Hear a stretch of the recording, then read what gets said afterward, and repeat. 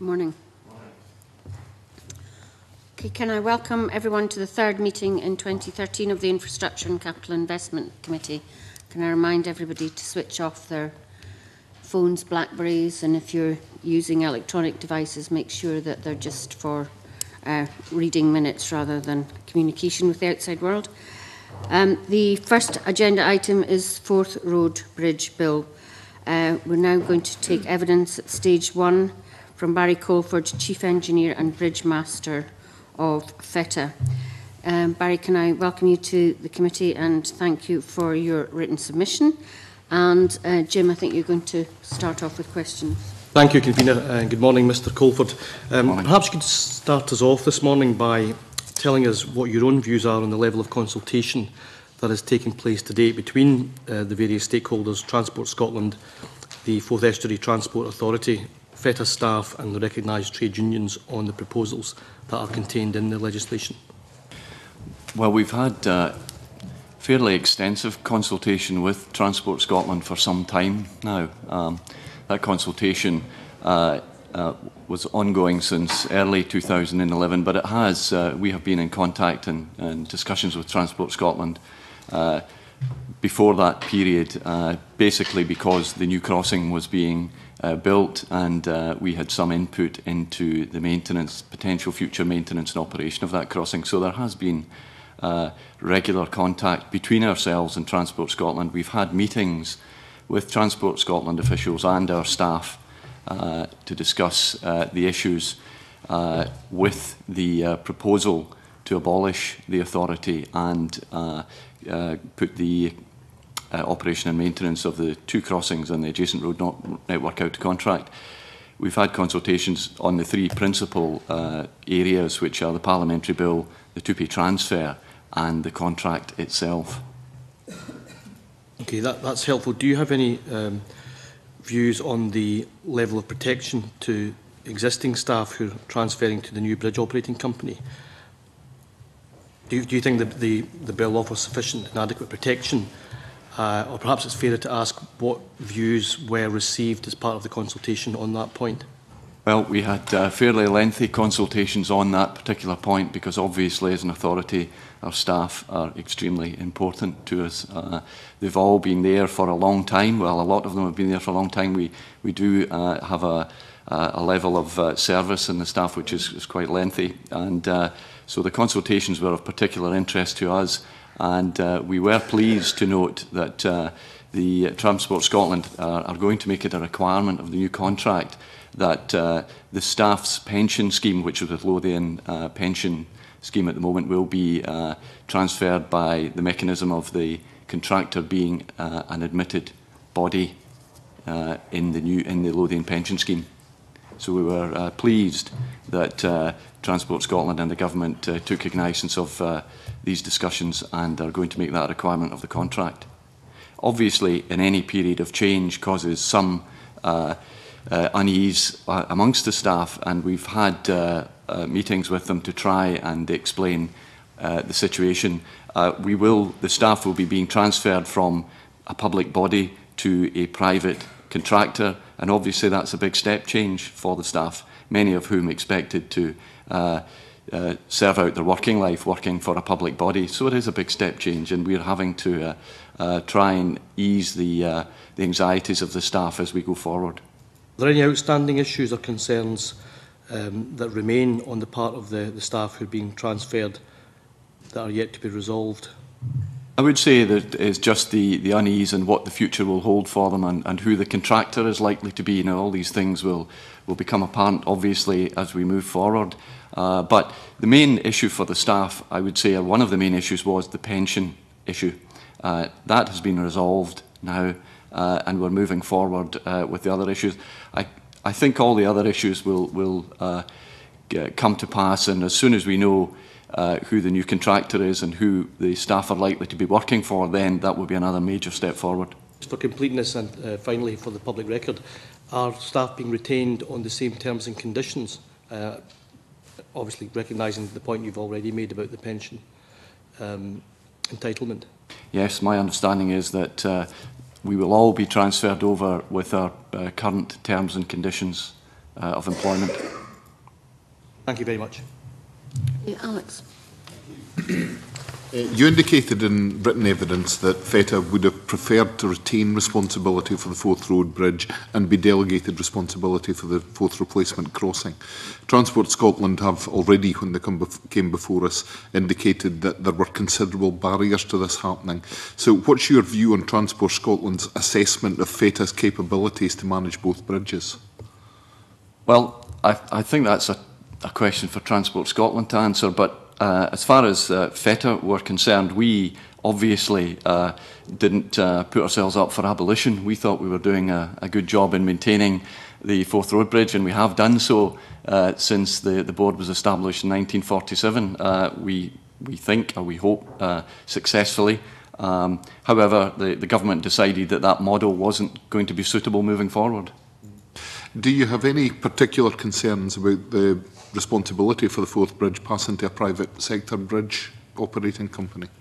Well, we have, FETA have accepted that the change is going to happen, and we've been working closely with Transport Scotland to try and get the best outcome for the future maintenance and operation of the bridge, because that's what's important of the two bridges and the adjacent network. It's the users that count. It's the people who use the bridge and the bridges every day, whether they be pedestrians, cyclists or in vehicles. They're the important people in all of this. And our concerns are that the level of service that we hope that we've provided and think we've provided over the past 50 years since the bridge was opened is continued. Our concerns focused, as I've said in my written statement, on the capital programme. We are wish to see that. There's still a big capital programme to be continued on the existing bridge. And obviously our concern was that FETA had a 15-year rolling programme, and we were concerned that that would be continued.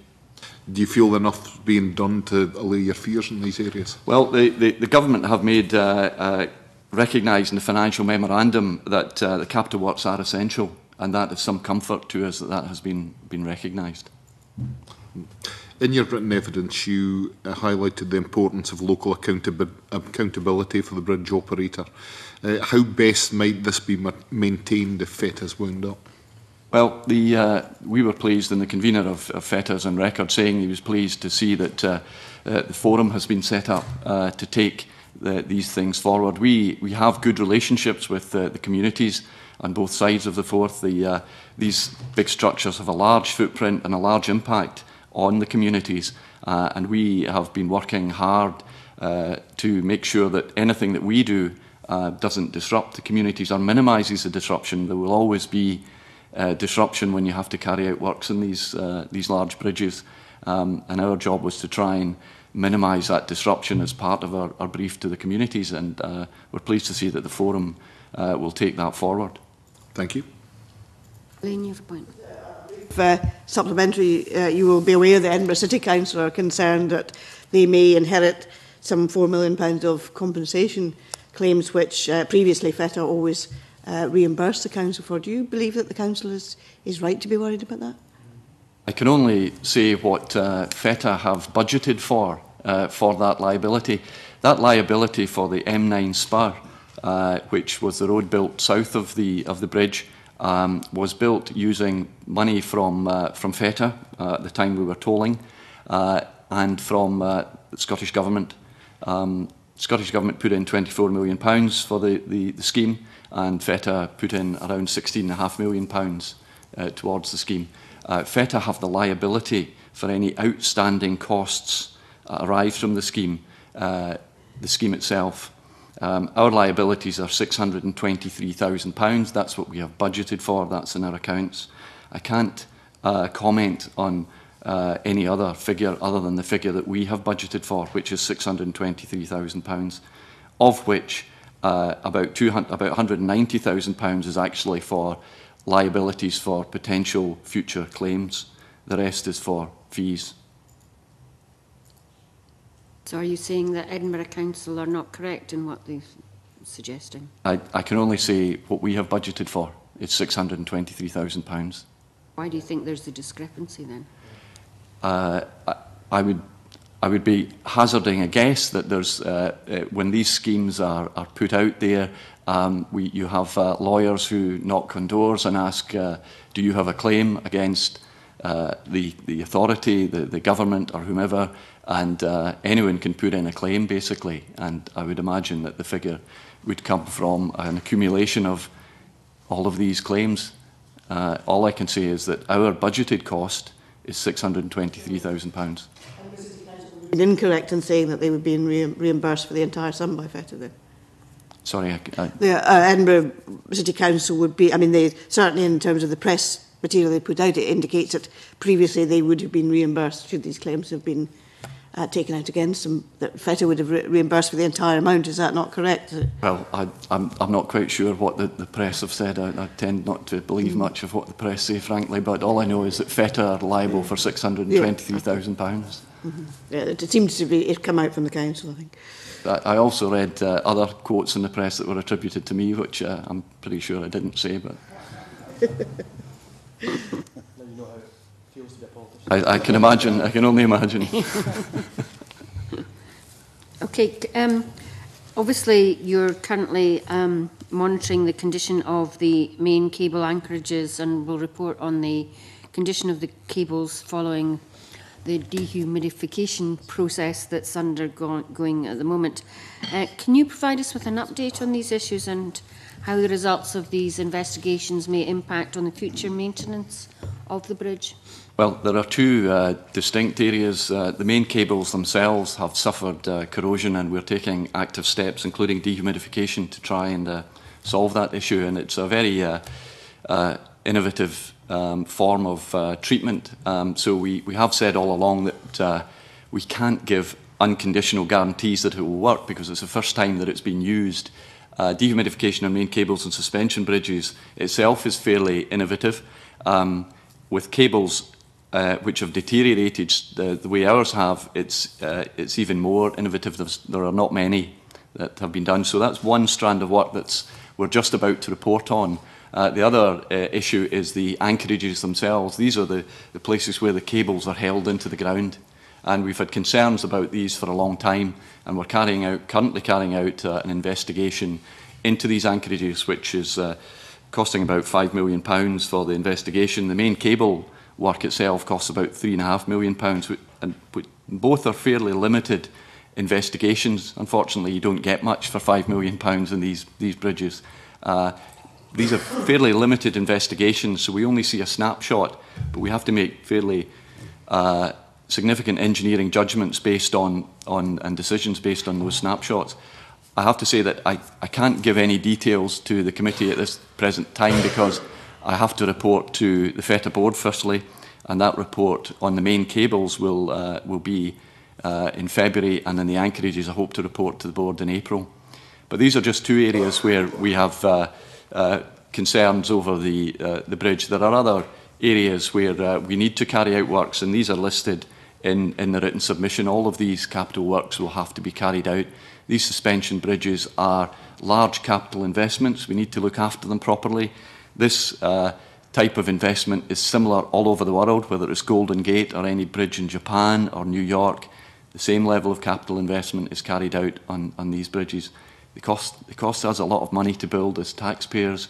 We need to look after them properly, and we need to spend the money doing that.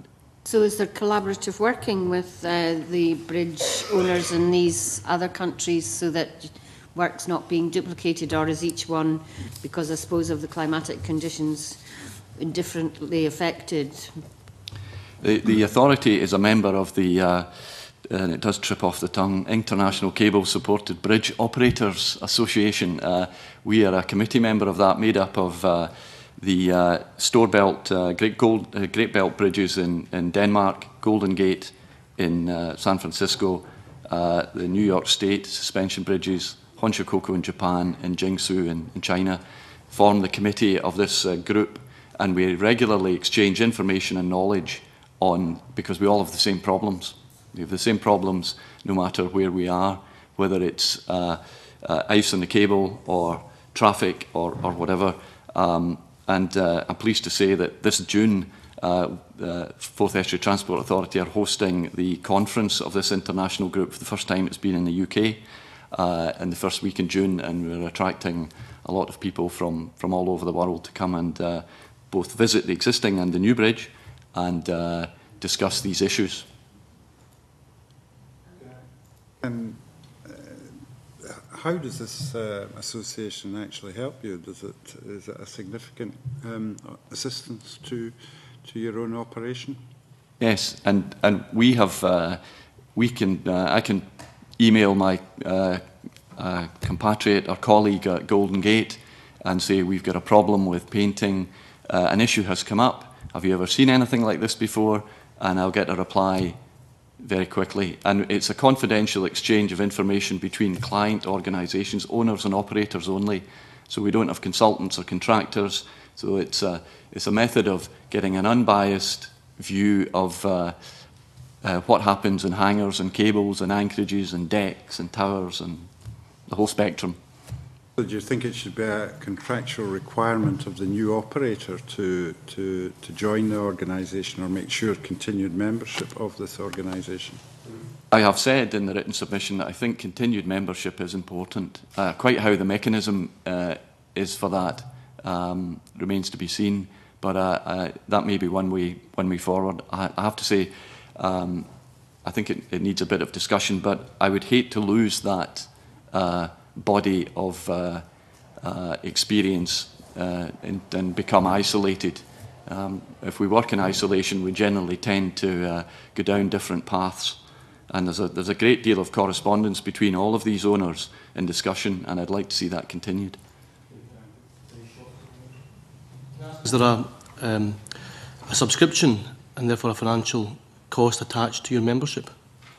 At the moment, there isn't. We're actually at the workshop that we're holding in June in Edinburgh. One of the things that we're putting together is a constitution. It's been running for about 10 years without a constitution, and it seems to work fairly well. But we've decided we better get some administration and constitution.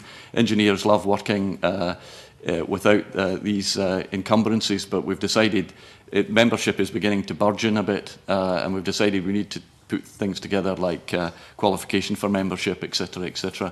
So we haven't got a fee yet, but there may be a fee involved in it, but it won't be significant. Adam, do you want to go on and say a question? Yeah. Now, transport, you talked about a 15-year planning cycle for bridge maintenance. Transport Scotland officials told the committee that the future contract for the management and maintenance of the two bridges would likely to be of only 5 years duration, with add-ons perhaps 2 years, 1 year, making it up to the 10 years. What's your view on this length of contract or this style of contract? I don't think it's enough.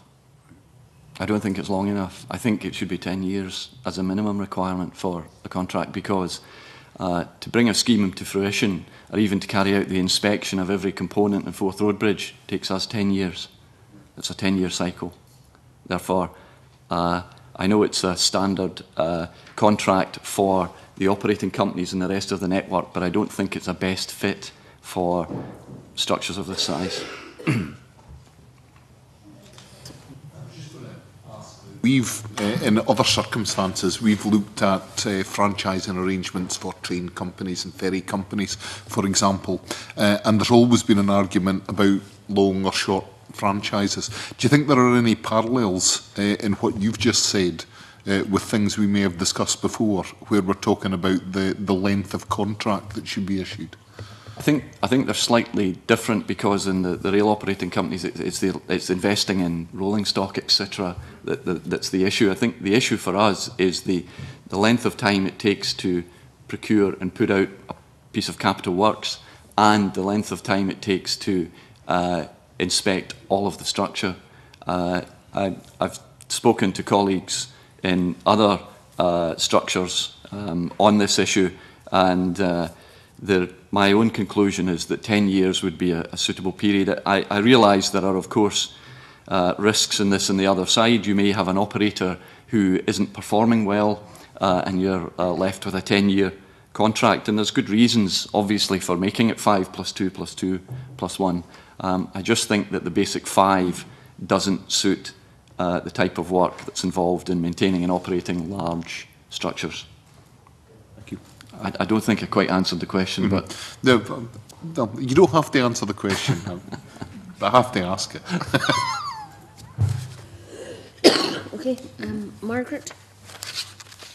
10. Yeah. When asked why no assessment of the costs of FETA's operating the 2 bridges had been carried out, Transport Scotland officials indicated that, quote, FETA was unable to demonstrate value for money of its existing operation of the Forth Road Bridge. Can I have your comments on that, please? Yes, of course. Well, FETA is a public body like any local authority or Transport Scotland themselves, and obviously we feel we give value for money. I don't think Transport Scotland have said that we don't. What I think they've said is it cannot be proven that we give value for money. All I can say is that we are a public body. We are constrained by the procurement regulations just like everyone else. We put all of our capital works and maintenance works, which we don't do in-house, out to tender.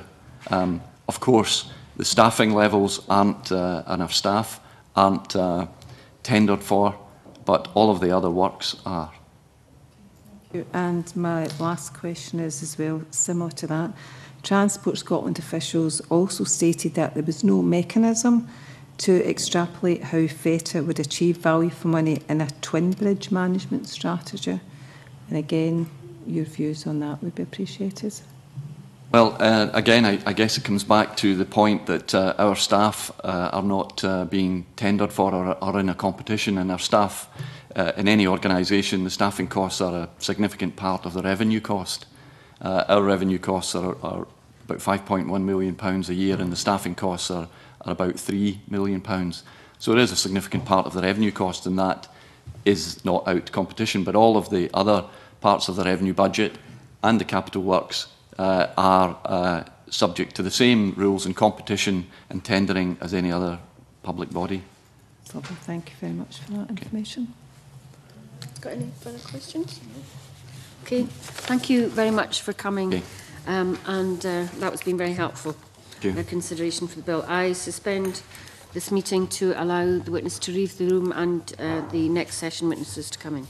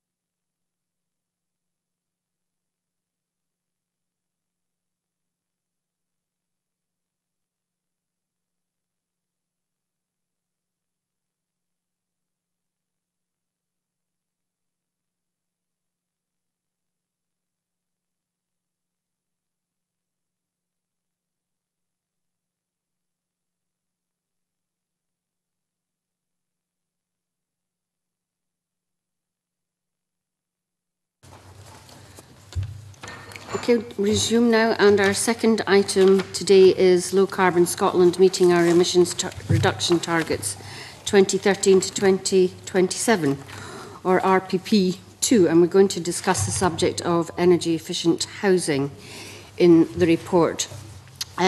This item will be taken in a round table format so that hopefully we have a free flow of discussion. There's going to be no opening statements for witnesses.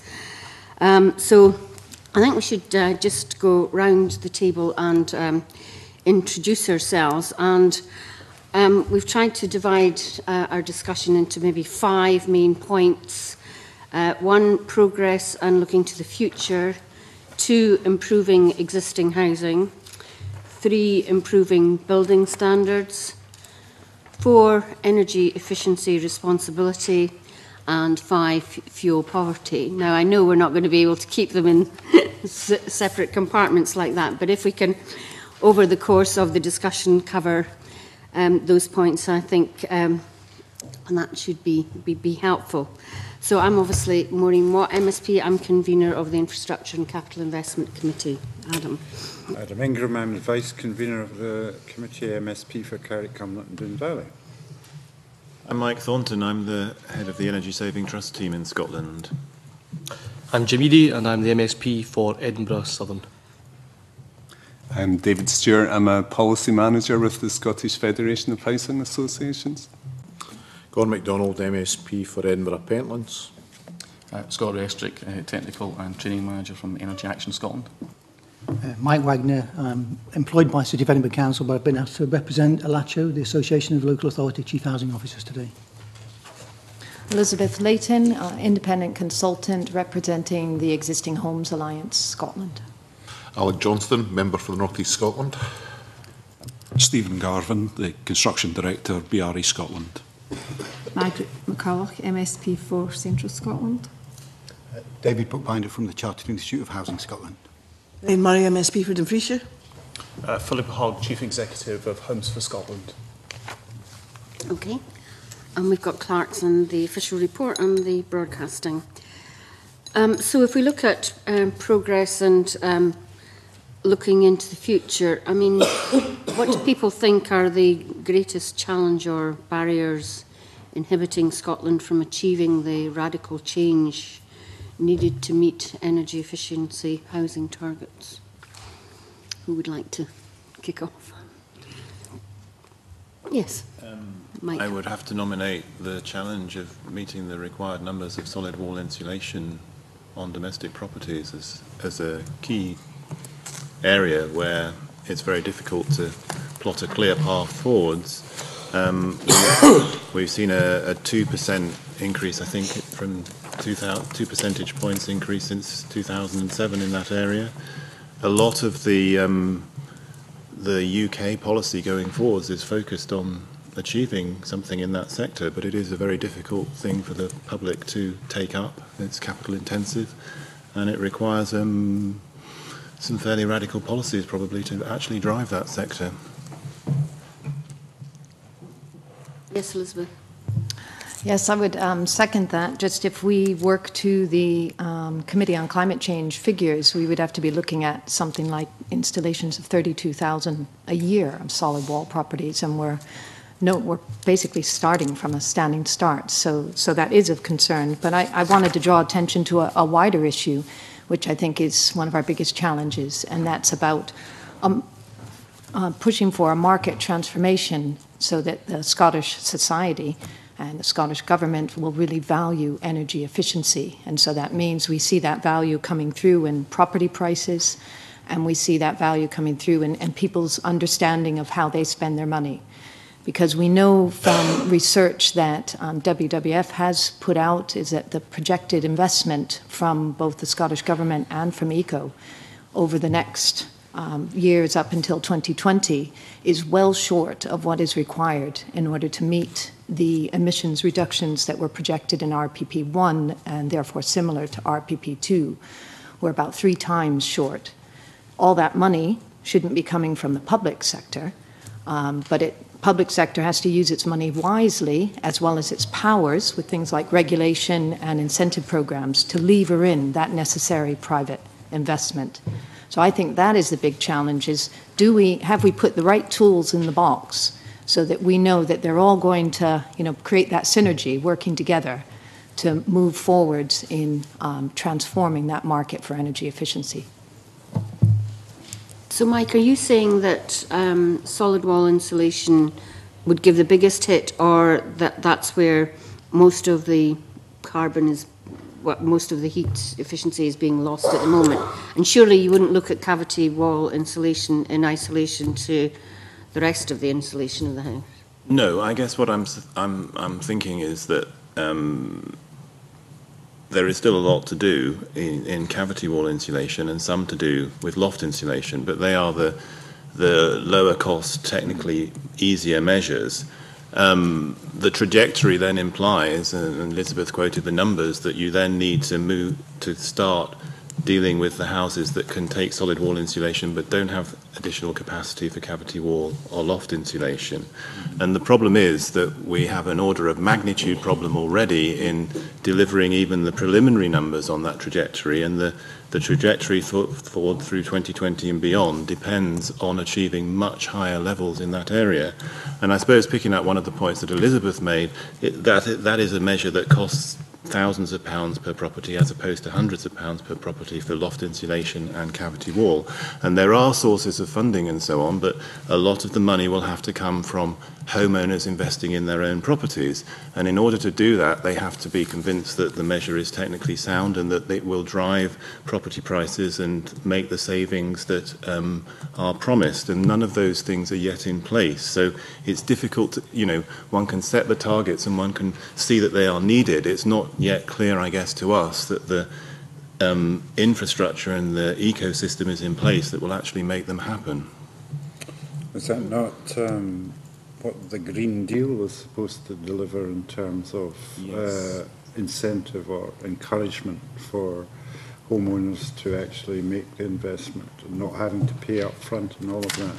It is, and obviously we are supportive of the Green Deal, but the question is open at this point as to whether it will actually deliver. It's a mechanism, it can drive this market, but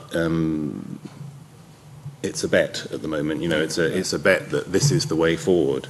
It may be a bit one club as well. I think that's our concern. Yeah, you talked about having the tools in the box, the necessary tools in the box. So what tools are missing would be the obvious question to ask Elizabeth. Well, I was very pleased to see in the RPP2 that there is a commitment to introducing minimum standards of energy efficiency for the whole private sector. And I think that is a very important tool to have in the box, and that will drive demand for Green Deal, for ECO, for the National Retrofit Programme. And I think, the sooner we have those regulations in place, the better. And so a concern I have is the timescale that is suggested in the RPP2 of not bringing in those regulations until 2018, I think is too far away. And our position is that they should be implemented by 2015, if possible. And in terms of Green Deal, I'd agree it's something that we need it to work, but at the moment there are issues with it in terms of how attractive it is to householders. Our research has suggested that it will only have a marginal impact on emissions reduction and bringing in that private money at the moment. So I think there is a great deal of work to be done to see how local authorities working together can help to reduce some of the costs of a Green Deal for a consumer. Maybe economies of scale will help to reduce costs. A lot of unknowns are there at the moment, but how that integrates with the NRP, National Retrofit Programme, will be very important. Okay, I've got David Stewart and then Elaine Murray. Thank you. I fully agree with both Elizabeth and Mike that there are hard to treat and expensive to treat properties that are a challenge. Another issue, picking up on the point Elizabeth just made, for housing associations is they have significant numbers of houses in mixed tenure tenements or mixed tenure blocks. Currently, because there aren't really the minimum standards to encourage owner-occupiers or private landlords to improve their properties, there's difficulty about them improving properties to the standards they would want to in order to cut carbon emissions and to alleviate fuel poverty. And so we support the call for minimum standards from 2015 in the private sector. Elaine. I was actually going to be asked, wanted to ask about the minimum standards and whether that should be brought in earlier. I suppose on the back of that, how enforceable would that be in terms of the private sector? Are you going to have properties which are just unlettable or unsaleable because they haven't reached a standard and people can't access the finance? I mean, is there a financial package that needs to come with that to enable that to be achieved? Well, I certainly feel that to improve energy efficiency generally, and this applies to the social rented sector as well as the private rented sector, I think you need a combination of appropriate funding and incentives, but also the standards to drive uptake and to push people to taking up these incentives. And so I think with the National Retrofit Programme, use of schemes such as ECO combined with minimum standards, then it should be possible to gradually improve standards. And we've certainly seen the Scottish Housing Quality Standard in the social sector has helped improve standards to the point that housing associations now have the most energy efficient homes of all sectors in Scotland. And certainly I think the current proposal from the Scottish Government is to have a working group to look at the development of standards, and so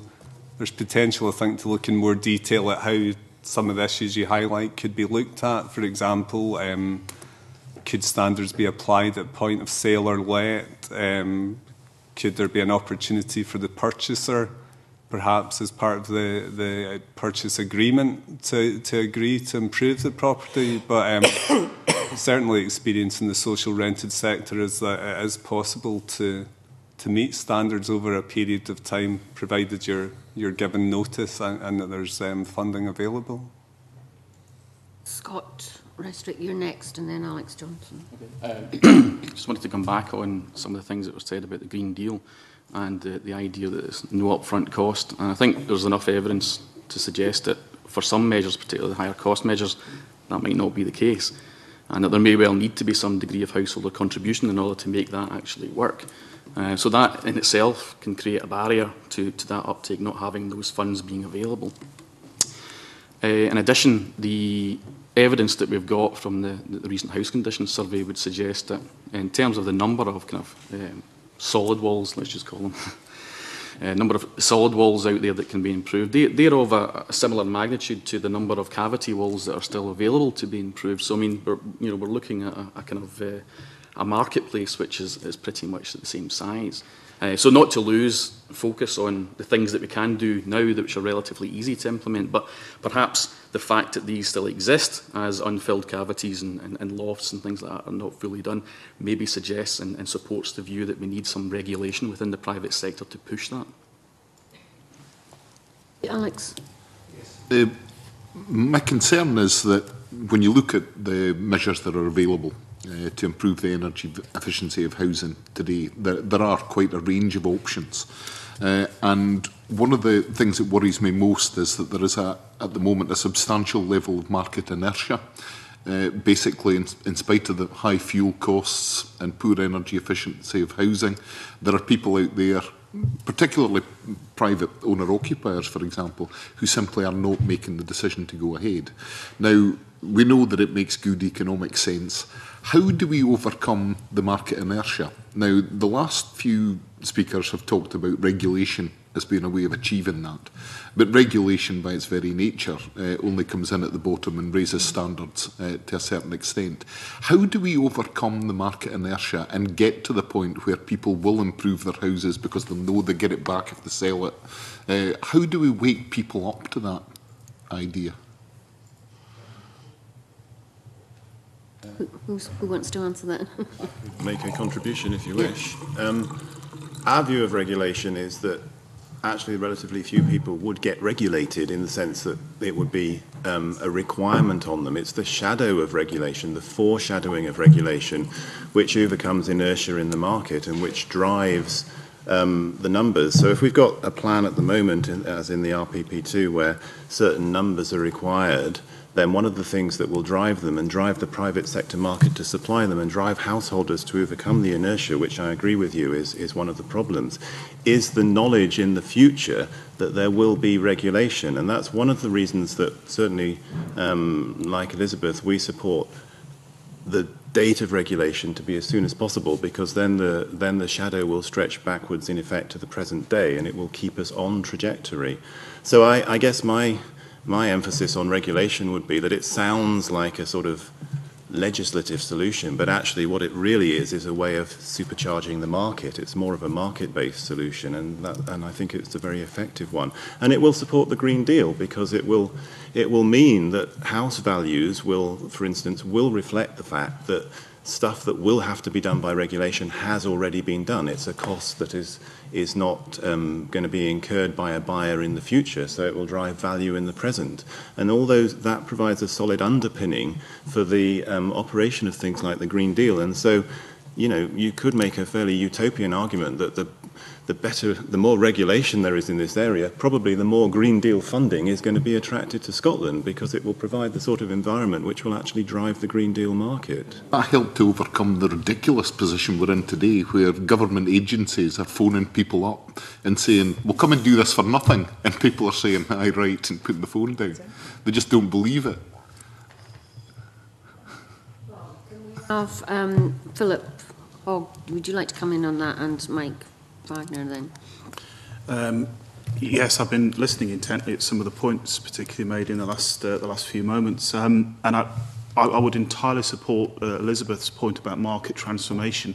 I think that is the major challenge facing all of this. We have to achieve market transformation, and I'm pleased to see that was an integral part of the sustainable housing strategy that was published last year. However, as yet, I've not seen any evidence of any movement to achieve that market transformation, and that is ultimately what we need. It is a reality, a sad reality, that a home that is built to the utmost highest possible energy standards is still only valued at exactly the same price as a home that could be built next door that was built maybe 200 years ago. And until we achieve that value, that reflection in valuation, it will be incredibly hard to achieve the market transformation that we're all looking for. So we have to understand why valuers and lenders do not reflect the energy efficiency that we all recognise we need to resolve fuel poverty, to get the market operating correctly. It's not an easy one. Valuers will tell you that they work retrospectively. They look at what happens in the marketplace, consumer behaviour, and they reflect consumer action. And lenders will tell you that there is no evidence to suggest that just because someone's fuel bills are lower, that assists in their affordability towards mortgage. They would even arguably suggest that, well, just because someone saves a few £100 on their fuel bills, that might then encourage them to take a foreign holiday and look at the carbon rebound effect on all of that. This is consumer behaviour, and we have to accept that we live in a world where people make illogical and irrational decisions. I recall many, many years ago, my MBA dissertation was why people did not make, economic purchasing decisions. Why is it when you could install cavity wall insulation in your property and achieve a reasonable return on investment, that people instead chose to upgrade their kitchens? That had no residual long-term value? Is because people make decisions that they feel they get benefit from, rather than necessarily reflecting in their bills. So we have to understand and take positive action on market transformation. I think we also need to take care about regulation, and it's easy to jump to the conclusion, well, when people come to sell their homes, let's make it so that there maybe has to be certain standards or certain work has to be undertaken. Face value, that sounds logical and sensible. The unintended consequences might be that people say, well, we can't afford to move. So that creates stagnation in the marketplace. We already have a housing crisis, and we need to understand, well, what knock-on effect might that create? And we need to take this whole debate on climate change to the broader economic circumstances. The debate on climate change cannot exist in isolation with the wider economic impacts. We have to look at what happens when people make purchasing decisions way back in the supply chain, how that in fact impacts jobs, how that impacts the wider economy, positively and negatively. And I accept that there are pluses and minuses. And I think that the point on market inertia is one of the key points there. I do think that we need a combination of regulation and incentive, and things like stamp duty. These things can start to send the right signals. We can incentivise stamp duty positively to encourage lower carbon homes, not necessarily zero carbon, because that's almost impossible to achieve on a commercial basis. But I do think we need to look at those, and maybe even things like council tax could be linked, because that isn't a transactional tax. It's something that happens that has to be paid every year. Maybe council tax could be linked to the energy performance of a home, thus creating real incentive for people to move forward and using things like Green Deal as an enabler to make that market transformation. So I think we need to be careful and look at the wider economic impacts of what might seem to be sensible and logical decisions at regulation, and just think, hang on, what might happen? What will people do in the real world? And let's make sure we understand those chain of events. Mike? Don't worry about the broadcasting system. It'll work for you. Fine, thanks. Yeah, again, just to pick up on quite a number of points that's just been made. Without a doubt, regulation works. Local authorities have been subject to various energy regulations for well over 20 years. And, the outputs of that have indicated, even from SHCS data and our own data, that we've already achieved more than the 2020 target. So City of Edinburgh has achieved something like 47% carbon savings based on the 1990 baseline. Most authorities throughout Scotland have achieved the 42% target now. Now, we all recognise that's an interim target. It's not anything to sort of be candid and relaxed about. It doesn't mean we can say put our feet back now until 2020. We've got a 2050 target to achieve, and that's part of the new standards. However, it's not just the stick, it's the carrot that you need to go. And picking up on some of the points, for the last 10, 15 years, we've been offering virtually free installs to people, and still people knock us back. Sometimes it's down to this, if it's for free, it can't be real, and it's difficult getting that message across to genuinely put that it is genuinely for free. Take it while stocks last, so to speak. But I think what we need to do is be more innovative in how we sell that. So when we're doing the solid wall insulation for the hard to treats, a lot of these things, they're hidden. People don't realise and see the value. It's not in their face. So when we're communicating that, it's more to do with what we're giving them is a brand new look of a house. And we've got projects throughout the city now where we are doing insulated render schemes on hard to treat. And it just brings the whole area up. So when people are homeowners, they realise this is actually what's going to affect the value of their home. It's what it physically looks like. That's what counts. All these things that are hidden, they're not tangible enough for them. Even when you're going to say to them it's going to save £100, £200, they recognise and appreciate that. But when they can see something that's, it's this visual effect, a fantastic new Harling building, you can see that next to one that's been 30, 40 years old, and it's obvious which one's going to sell for at least, £10,000, £15,000 more. So these are the things we need to be a bit more innovative on, how we package these products, how we put them across. And is there an opportunity to package the measures that we do with some other measures that they genuinely benefit in terms of what their perception is? David, do you want to come in? Just a more general point, hopefully complementing previous points about minimum standards in private housing, which is really that there will always be arguments, and some of them apparently quite persuasive arguments about it not being the right time, and it might impact on the housing market. I mean, I think as David Stewart said earlier that perhaps in response to a point Philip made just a moment ago, the point of sale, of course, is one option, but also then if we don't want to tie people into not being able to sell, if they're not in a position to do the work, then putting a requirement on the purchaser is another option that goes with that. But that, in a sense, one of the reasons why the Existing Homes Alliance and so many other bodies believe that minimum standards in private housing are so crucial and to bring the timescale as near as possible is that there are in that issue there are always going to be a lot of difficult problems. For instance, it's going to be much easier, one would have thought, to introduce minimum standards into self-standing housing than tenement housing, because point of sale in a self-standing house is the sale of that home and no other.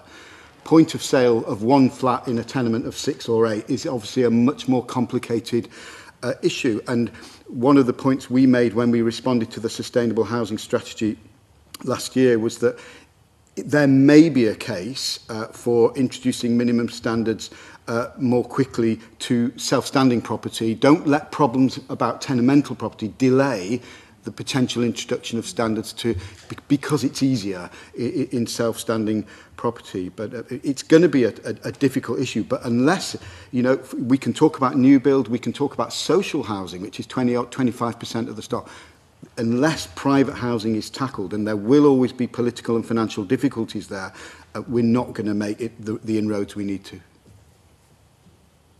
Okay, Stephen Garvin. Thanks. Just come back on the Green Deal. I think one of the issues is that the message of what the Green Deal is and how it works hasn't got out to the public as yet. And as a key point to market and sell that, I think that's primarily it's the government that owns Green Deal, and it's government that has to make that initial effort. I think as well the Green Deal providers and perhaps the bigger utilities are still gearing up for this, training assessors, getting their systems into place, and that's clearly not an overnight task to do that. But I think it has a lot of potential. It can work in different ways for housing associations, local authorities, perhaps differently from private house owners. But I do agree with Scott what he said, that it's not necessarily a zero upfront cost, because the attraction of it may be to actually purchase some of it yourself to enable it to happen. But that's fine. I mean, as long as you're not being missold something by the assessor, the advisor, then it should still work. I think to go back to your initial point, perhaps to rather belatedly throw some other things in as to the big issues, the challenges. I think there's a lot of technical challenges. Solid wall is clearly one, but a certain age of timber frame as well. We can't retrofit cavity fill very advisedly on timber frame, although the modern standard of timber frame is very good and shouldn't need anything done. Step back a few years and the performance isn't as good. So how do we've got a lot of timber frame properties, and how do we address that? Perhaps again, certain ages of properties, ground floor insulation is quite a significant technical challenge and just a practical thing. I would like my own house to have better underground floor insulation, but I'm not sure I could put up with the disruption for a while. So, I think there's some other things there that need to be taken into account. Mike Thornton, you wanted to come back in, did you? No, Elizabeth, you wanted to come back in. Thank you. Yeah. I just wanted to bring us back to the RPP, which is our focus today, and how important the home sector is to delivering the Scotland-wide targets. If we just think back to the annual target, the first annual target that was missed, that was in large part due to the residential sector as well as the transport sector. So we have to own up to that and realise that it does have. We need to tackle it and need to give it the right investment, the right incentives, and the right regulation to make sure that doesn't happen again. emissions are actually, for that year, were actually up 3% on 1990 levels. And so, you know, we aren't doing as well as we might think and as well as we should be, because Action on Homes is popular with your constituents. It saves people money, it deals with fuel poverty, it creates jobs. So we all know it's a good thing. So, you know, we need to focus our minds on how best to use Scottish Government's money to make that happen. I just wanted to come back on the concern that regulation could lead to kind of, you know, a market inertia. And I think there's a bit of scaremongering there, because, you know, we are talking about a minimum standard, as you were suggesting, would be at the bottom level. You know, this is about making sure that we're driving demand and we're not letting people who can't be bothered to do anything with their houses, despite incentives offered, that they have to take action. And the Scottish Government's own research suggests that to bring an average cost to bring a house up to a level D is about £1,000. So, you know, we're not talking about huge expenses to get up to a minimum standard, but we would hope that if they're taking action, they might decide to go beyond that standard. That would be a real advantage. And also to say that it is the vulnerable householders that will gain the most from this minimum standard, because they're the ones who are suffering from the high bills. They're the ones that are suffering from fuel poverty. We know that it's concentrated in these F and G rated properties that are at the bottom. And so this is a measure that will help address those social issues. But I agree that the regulation should be drafted in a way that takes into account their concerns, such that you could pass on the obligation to meet the standard to the next owner for a period of, say, 12 months. That's something that's been done in the US, for example. So I don't think it has to, you know, be a negative on the market. And speaking with others in the rented sector, that they don't think there's any evidence to suggest that this regulation would lead to properties leaving the market based on my past experience. And then my last point was on enabling measures. This is something that was in RPP1. It's not included in RPP2. And I think it's very important in relation to the market transformation issues we were talking about, because we know Scottish Government is doing some work with estate agents and on this issue of valuing properties, and that should be included there and reported on. And it would be useful for the committee to know, how have the enabling measures in RPP1, how have they progressed? There's no report on how those measures have worked and what difference that has made. I think you raise an interesting point about whether RPP2 allows effective comparison and adds value for money over and above the information contained in RPP1. And, you know, we also want to know from you, I think, whether how well RPP2 has addressed the shortfall due to the Scottish Government missing the 2010 targets, and how objectives set out in RPP1 have been met. I don't know if anyone wants to address that. Scott, you are on my list to want to come in again. Specifically on that question, though, I must say. I'd just like to kind of just reflect on some of the things that have gone, and I don't want to kind of like drag this debate further on within this particular area. I know we've got other areas to try and focus on.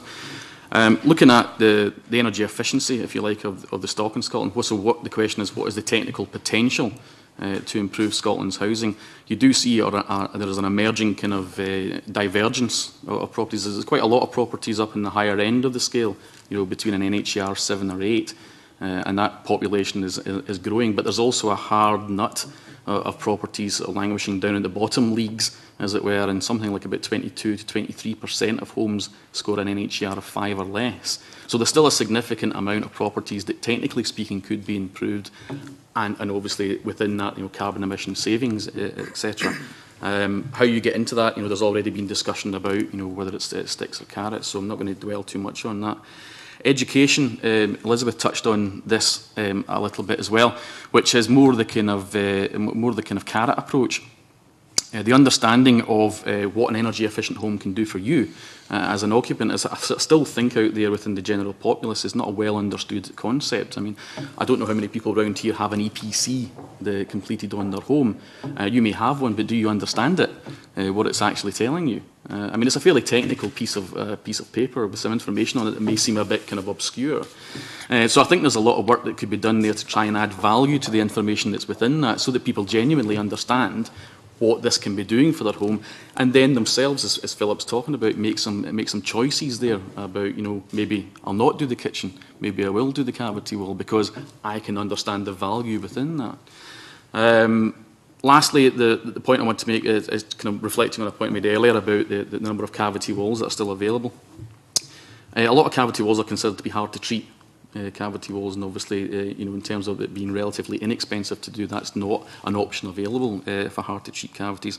However, there is a technical potential within Scotland to have quite a lot of work done within that area, and it's something that is specifically supported under the Energy Company obligation.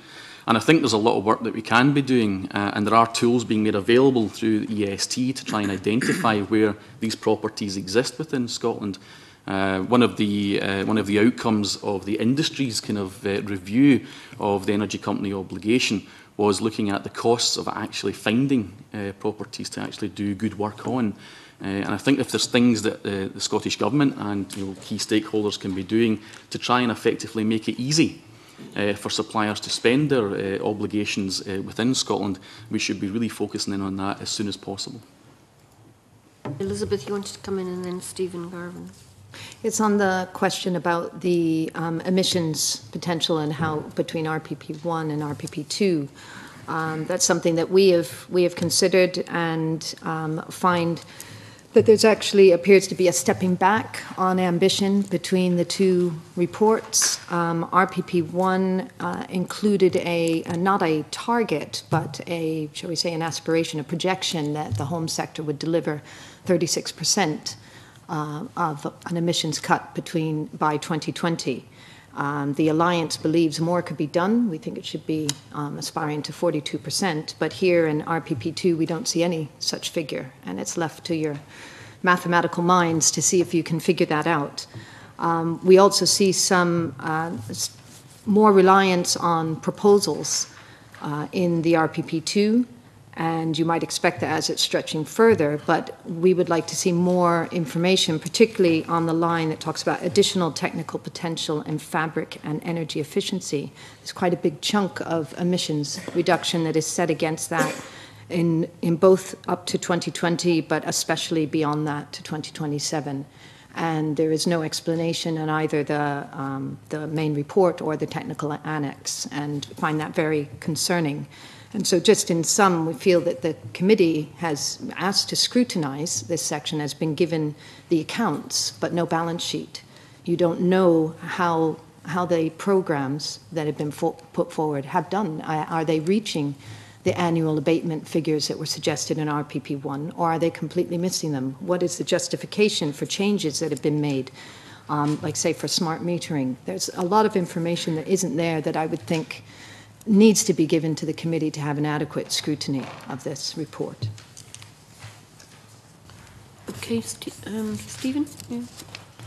So I'm not sure I can add to anything that Elizabeth said there, but I think just to slightly pick up on the point that Scott made about the energy information that people are given through the EPC, I think obviously it's represented in A to FG ratings, etc., and that's helpful to purchasers, etc. But I think all too often it's been seen as a burden on transactions and rentals, etc., whether it's housing or commercial properties. And you know, I mean, perhaps things like Green Deal will kind of change that perception.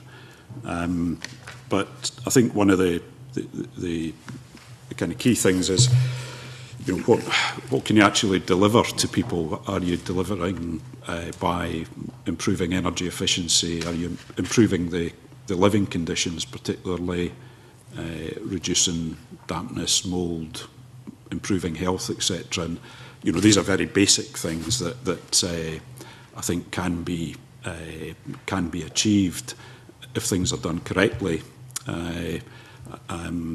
But also in improving warmth, etc.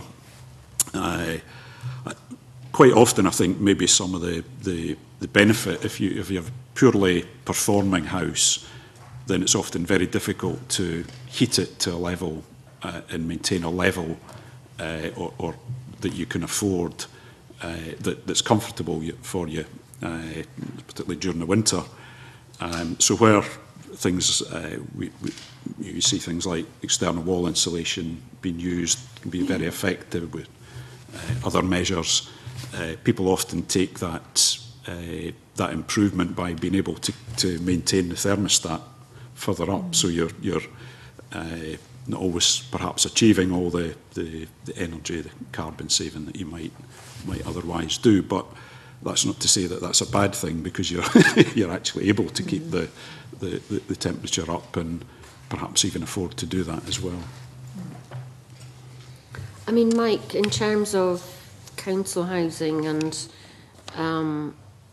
somebody said earlier on that there are large areas, and is it a case that councils should be working with the energy companies to do whole areas of housing? We do work. You just blitz one area so that you can improve people's housing standards, even the look of them, and help those that are most liable to fuel poverty. Yeah. Well, what we have is our own internal capital programme that obviously focuses on our own assets, our own housing stock. So that's our primary concern, is our own housing stock. However, we do, within that, because of the right to buy that's been going over 20 years, City of Edinburgh, for instance, we had something like 60,000, we're now down to 20,000. So there's barely a block that we don't have an owner in. So that opens up the bit about the mixed tenure aspects, and the engagement and the resource internally to do that is magnified significantly in terms of the consultation process, trying to get them on board, trying to look at the funding streams, trying to make it costless as far as possible. So it's very, very difficult. But within that, we focus, obviously, our primary target is where we've got 100% ownership, and then progressively down to higher orders of magnitude in terms of owners, because once we go past the 50%, then the majority of the owners have effectively got the upper hand, so we can then start to engage with them, and which we do. We've got lots of various schemes, even under SHQS. We've got a requirement to install door entry systems, for instance, not to do with energy efficiency, but the safety security aspect, that's a requirement. Now, to engage with the private sector on that is very, very time-consuming, difficult, onerous, because they don't necessarily see a need, but it's a requirement on us to try and do that. So it's a kind of mixed message that we're trying to give, I think, in the sense that we are going because we've got this duty, but at the same time they see that as a burden because there's no grants available for any of that. So it's all the time you have to go down this route of trying to sell it as what they are going to get out of it, not just ticking a box for us in terms of SHQS. Why is it better for them that they have what we're looking to provide them? And where they are over 50%, we get something like 80% knockbacks. And that's just for a simple measure where it would be a few £100. So the aspect of trying to do that with external wall is massively more onerous unless we get a significant level of funding through ECO, which is what we're targeting. And then obviously the NRP with ECO still gives us potentially a gap. And that's the analysis that we're currently doing. The analysis that we're doing at the minute is to say, right, within these blocks that we have, we are going to target our ones where we have maybe one or two owners only, because we know that with the significant funding we've got and what we can lever in, we can make it costless for them. And if I go to them and say, I can transform your home, give you a fantastic looking block, and it's not going to cost you anything, you would hope it's a no-brainer. I mean, having said that, you can still get knockbacks. We get knockbacks for offering £6,000 kitchens and bathrooms to people where you would expect them to say, yeah, great, come and do it, but it's the hassle factor. It's all of these things. Some people say, well, I might not be there in a year's time. I'm elderly, I can't be bothered with the hassle. There's all these other measures and issues that people have genuine concerns. So it takes time a lot of effort, a lot of resource to get into that. So it's not a lack of desire, it's a recognition of the fact that people have got these individual concerns and that's not their daily life. They see it as an additional burden, unfortunately, to start with, until we start breaking that down and adding the bricks by brick in terms of where the funding is to make it almost a gift, shall we say. You want to come in on this, Adam? No, it's actually to shift it. I mean, we've obviously been talking here about the legacy of housing that we have, but we received a briefing from the Scottish Parliament's Information Centre sort of outlining the demographic trends that we have at the moment, the fact that we need to build something like 500,000 houses, there's a housing shortage. Lots of people are becoming single occupiers, and that obviously has ramifications in terms of the climate change agenda. And so how do we reconcile that with our aspirations for that RPP2 is aiming for?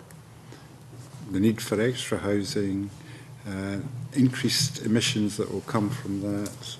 So how do we deal with that situation, as well as what we're talking about with existing housing stock?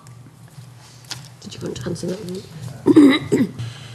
I think what a comment that was made fairly early on in the discussion about it is the existing housing stock which is disproportionately the biggest contributor of carbon, and where the biggest opportunity exists. Just to sort of put some numbers into sort of context, new housing output in 2011, the most up-to-date figures that we have in Scotland, was around about 15,000 new homes, and that's the lowest number since about 1947.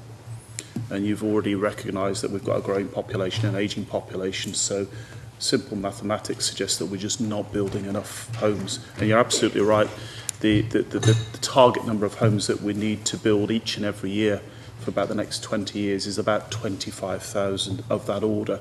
And again, each year that we fail to hit the 25,000 means that it creates a larger burden for each progressive year. So you're absolutely right, there is an enormous challenge to deliver the housing output. Even if we put aside the carbon issues, just building the number of homes that we need to put roofs over people's heads.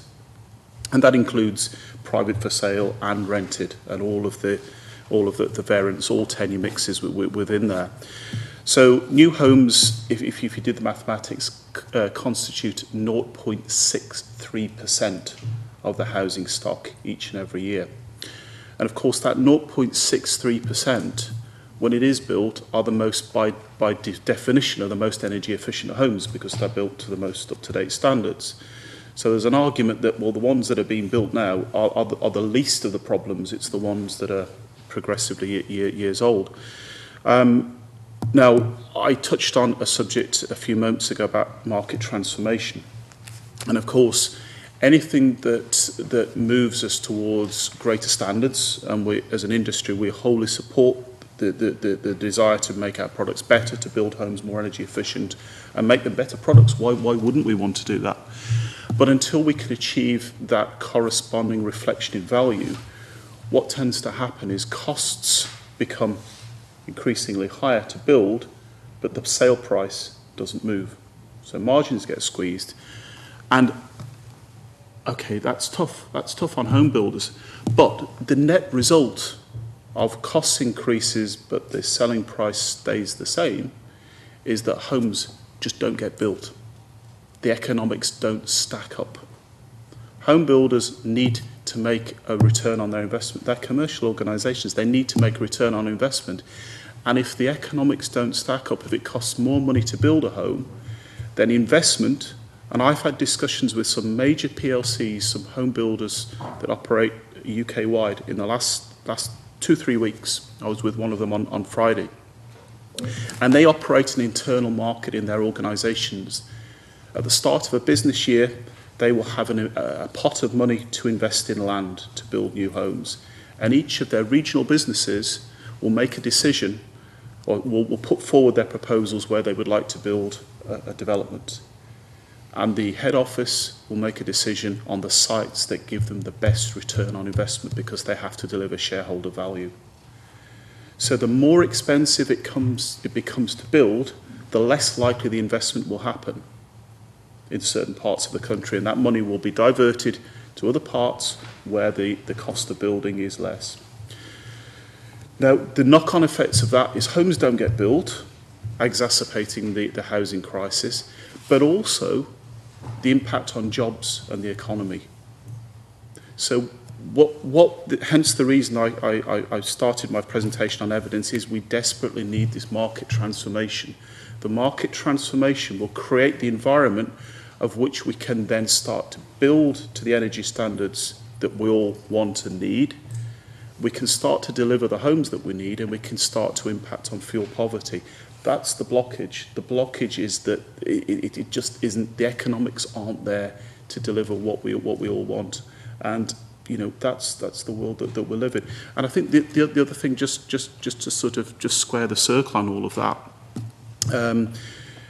we speak about, I've spoken about consumer behaviour. I think another point to take into account, and people say, well, some people will say, well, people will go out and search for an energy efficient home.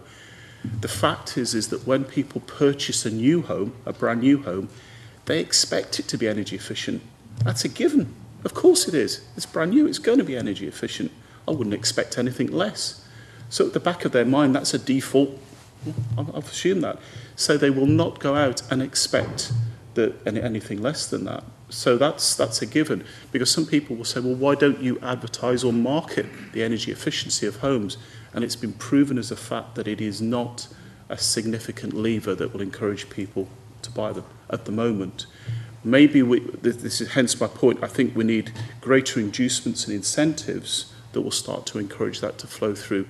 But in itself, people purchasing a new home will, by and large, still choose the key things, which is location, price, and the house layout, if it suits their particular circumstances.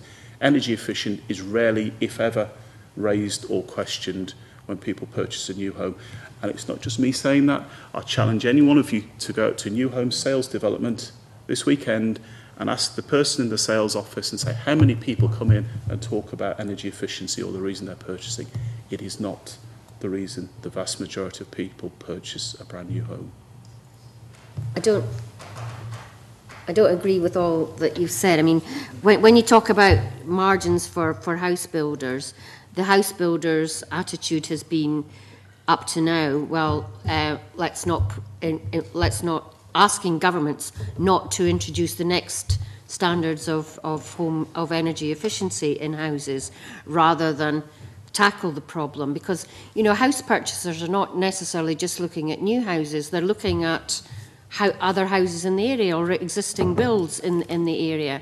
And I, for one, don't think that house builders are, with purchasers, exploring enough and telling people enough about how this house would compare to a house 20 years older down the road in terms of energy efficiency and the savings that can be made. So I think there's still lots that house builders can do in that. And in my experience, in the North East, house builders would rather build the big 5-bedroomed houses rather than the single flatted properties that everybody around here says we need. So there are still disconnects throughout the whole system, but maybe Mike and Elizabeth have got something to say on that.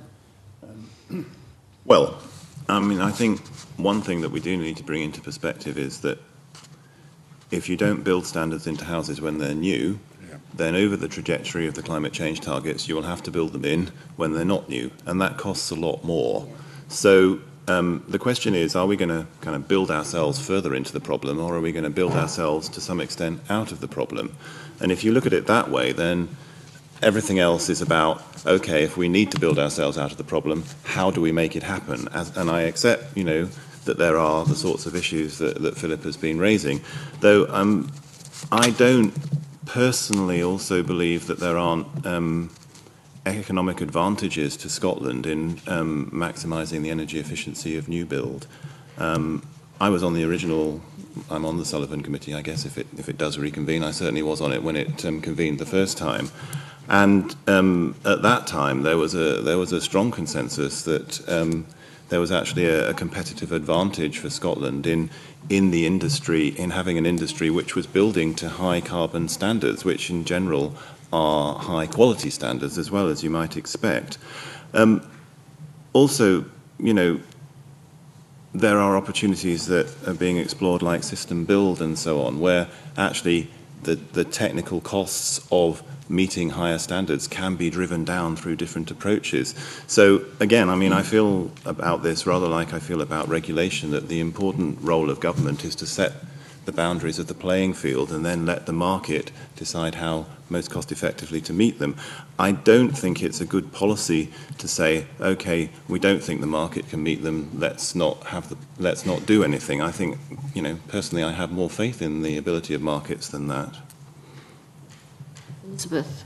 Yes, I can, agree with what Mike has said there, and would just add that the government did produce some additional evidence to what the Sullivan report had done with the Greener Homes Prospectus, which gave several examples of how that if built to scale, if we're producing, highly energy efficient homes at scale, then the costs aren't as great, the premiums aren't as great. But we'll only do that once the standards are in place, and the builders will only do that.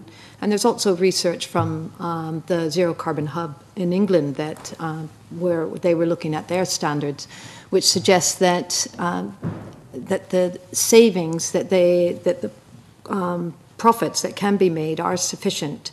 So I think the problem isn't so much the standards. The problem is that we have a crunch in the housing market more generally, and that has to do with access to finance, has to do with mortgages, much bigger problems than a small additional premium would add on with these standards. And the concern of the Alliance, of course, is that the cost of retrofitting these in the future could be, some builder has estimated to me, some 30 to 40 times the cost of doing it now, because of course more complex buildings, the costs of retrofit are more.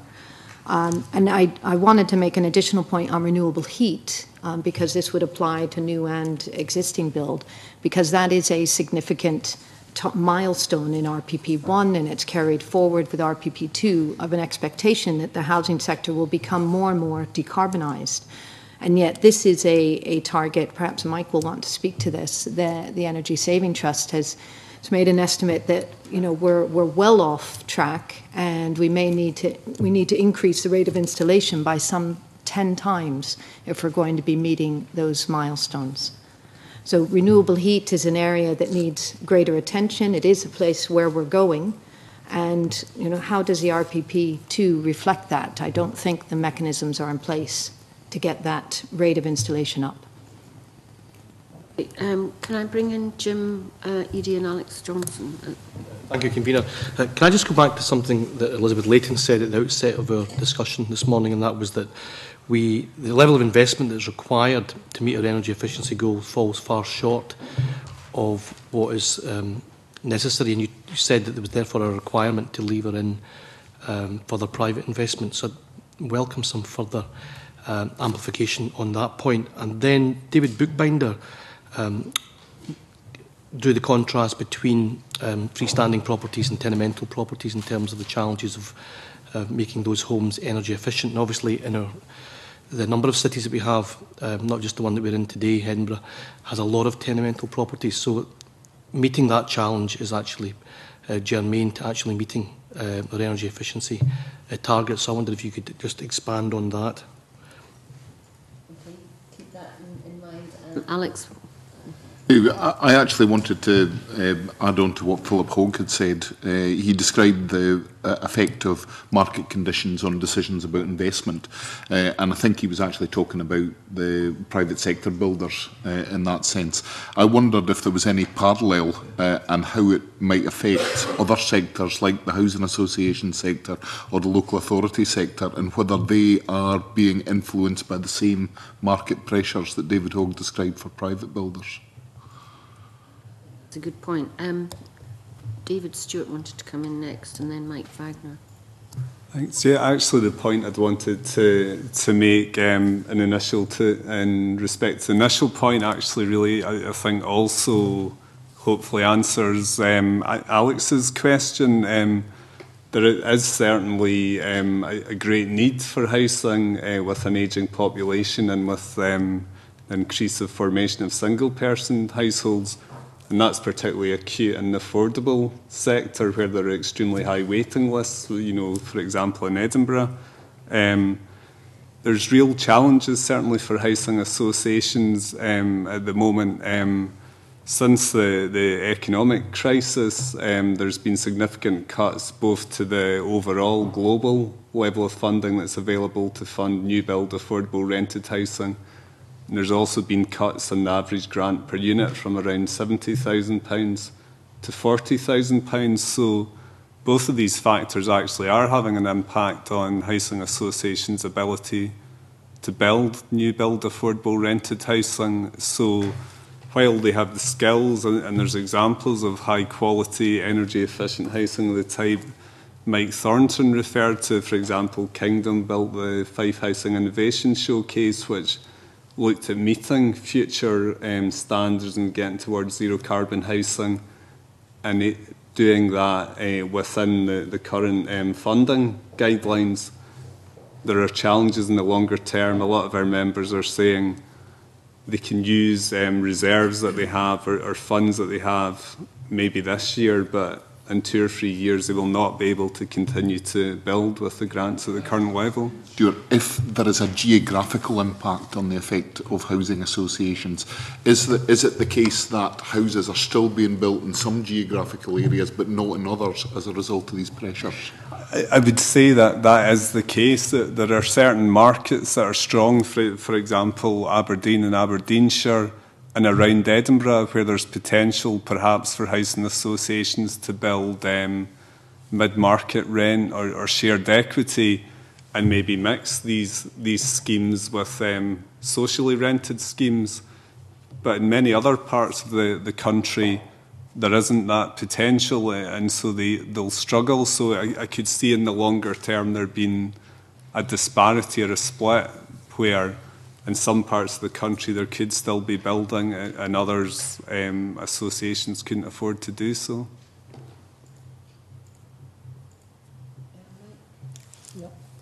Just to pick up on Philip's point about the affordability with raising building standards, certainly I've heard exactly that.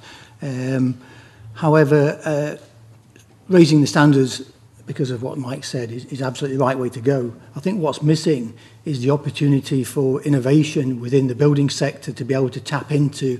Once you've lifted the bar of the building standards, unfortunately, it also lifts them out of the opportunity of levering in the eco-type funding, and that's the problem. That's the issue, that they can't get the affordability gap down. They've got the ceiling, and they need to somehow lever in some funding to be able to do some of these measures.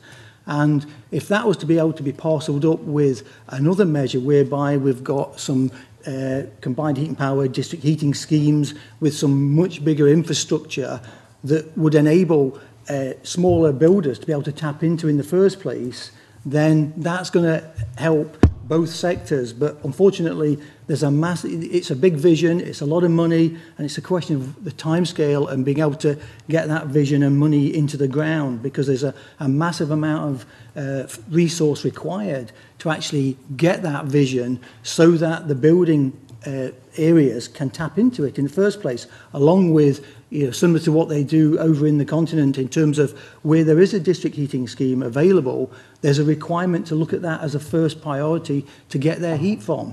So it can be a win-win, but there's a massive amount of resource, time, planning, vision to be able to put that into effect. But effectively, we are pricing the housing market up into the ceiling at which it becomes unaffordable, and I can see exactly the point that Philip's making. We need to try and square that circle so that we can lever in additional funding at the same time, tap into a bigger vision and deliver affordable heat to the masses. And it may well be on some of these areas that we link new build with existing to make the economies of scale, to make those district heating schemes work. But again, it's a chicken and egg. You need the infrastructure in the ground. There's a lot of money, a lot of vision, a lot of resource to put into that. This is not money that the local authorities, for instance, have got, but it could be money potentially that could be levered through the utility company obligation to put in the infrastructure for the longer term to enable a much longer and bigger build policy for new build. Stephen, you wanted to come in? Just to come back to the new build standards, obviously it's the Preserve the Building Regulation building standards, but it's also driven by Europe through the directive, the Energy Performance of Buildings Directive, and I can't remember the exact wording, but I think it's something around having low carbon standard for new build by about 2020. So I think it's that's undefined exactly what low carbon means, but we're clearly on that particular journey towards that. And the recent consultation on Section 6 is a kind of the next post on it. But there are, I think, the Section 7 standards and the building regulations also gives that opportunity to go above and beyond the minimum standard. I'm not aware that there's a vast take-up of that because it's a voluntary increase or voluntary improvement on the minimum standard. But you know, there's things that are kind of signposting. So I think we don't have to get into the situation where we're retrofitting current standard homes. That said, I think we have to recognise the difficulties of actually delivering that, whether it's through design, construction, or the ongoing kind of maintenance and upkeep of homes into the future, which may be more challenging for the homeowner or for the housing association, etc. as well. I noticed in the report it refers to the Highland, I'll probably get the name wrong, but it was called the Highland Housing Fair at one point, as a demonstration site, and the Kingdom Housing Association.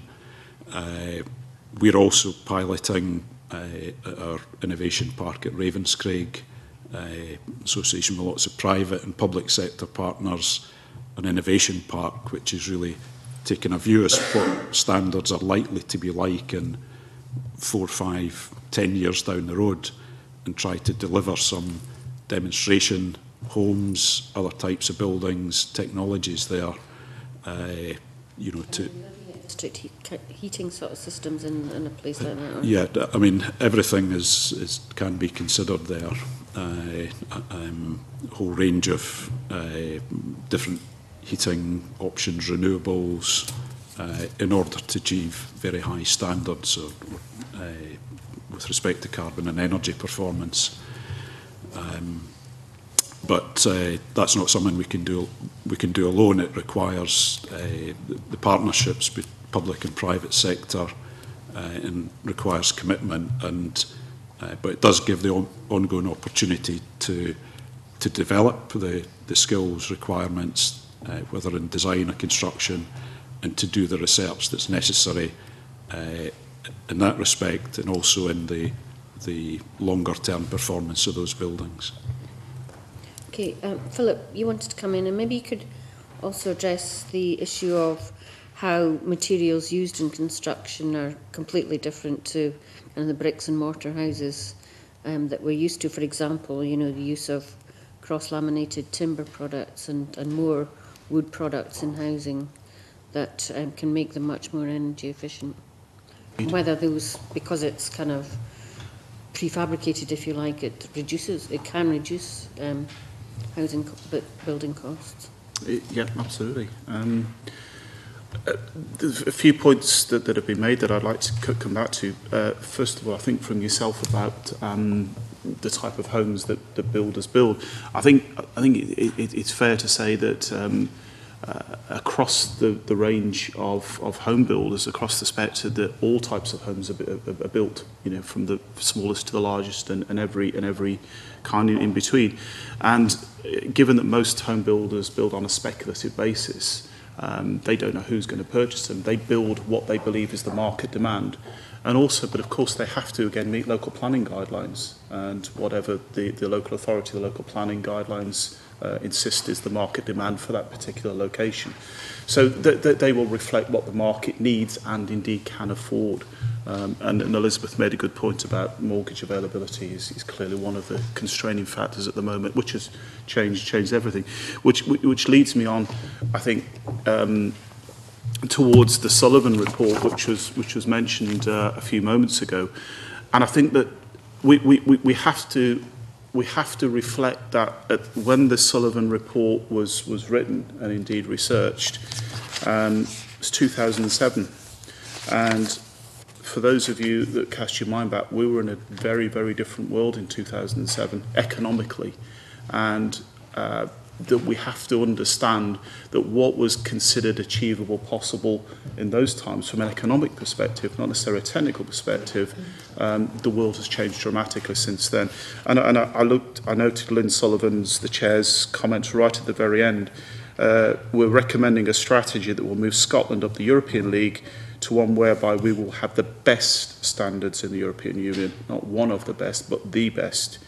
And she also adds, it is a proposal for rapid change and sets very ambitious targets for implementation. Now, there's nothing wrong with all of that, and that's absolutely fine as an aspirational target. Again, I would just refer everyone back that this is now 2013, not 2007, and we all know the dramatic change that's happened since then. There was some comment about system build and also about, well, if we don't make the homes as good as we could do from an energy efficiency now, then we'll have to go back and revisit them at some point in the future, which may or may not be true.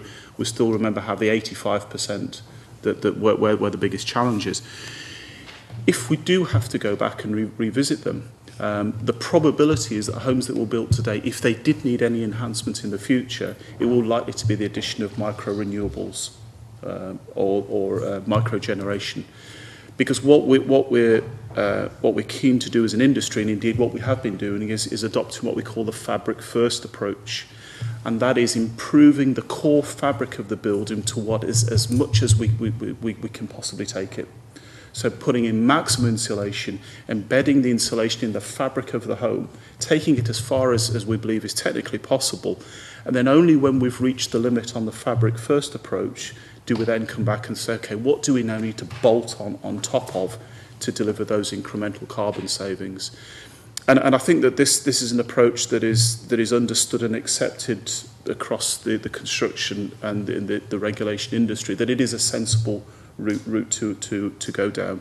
Some of the technologies that are micro-renewables are as yet unproven in terms of whether their longevity will deliver.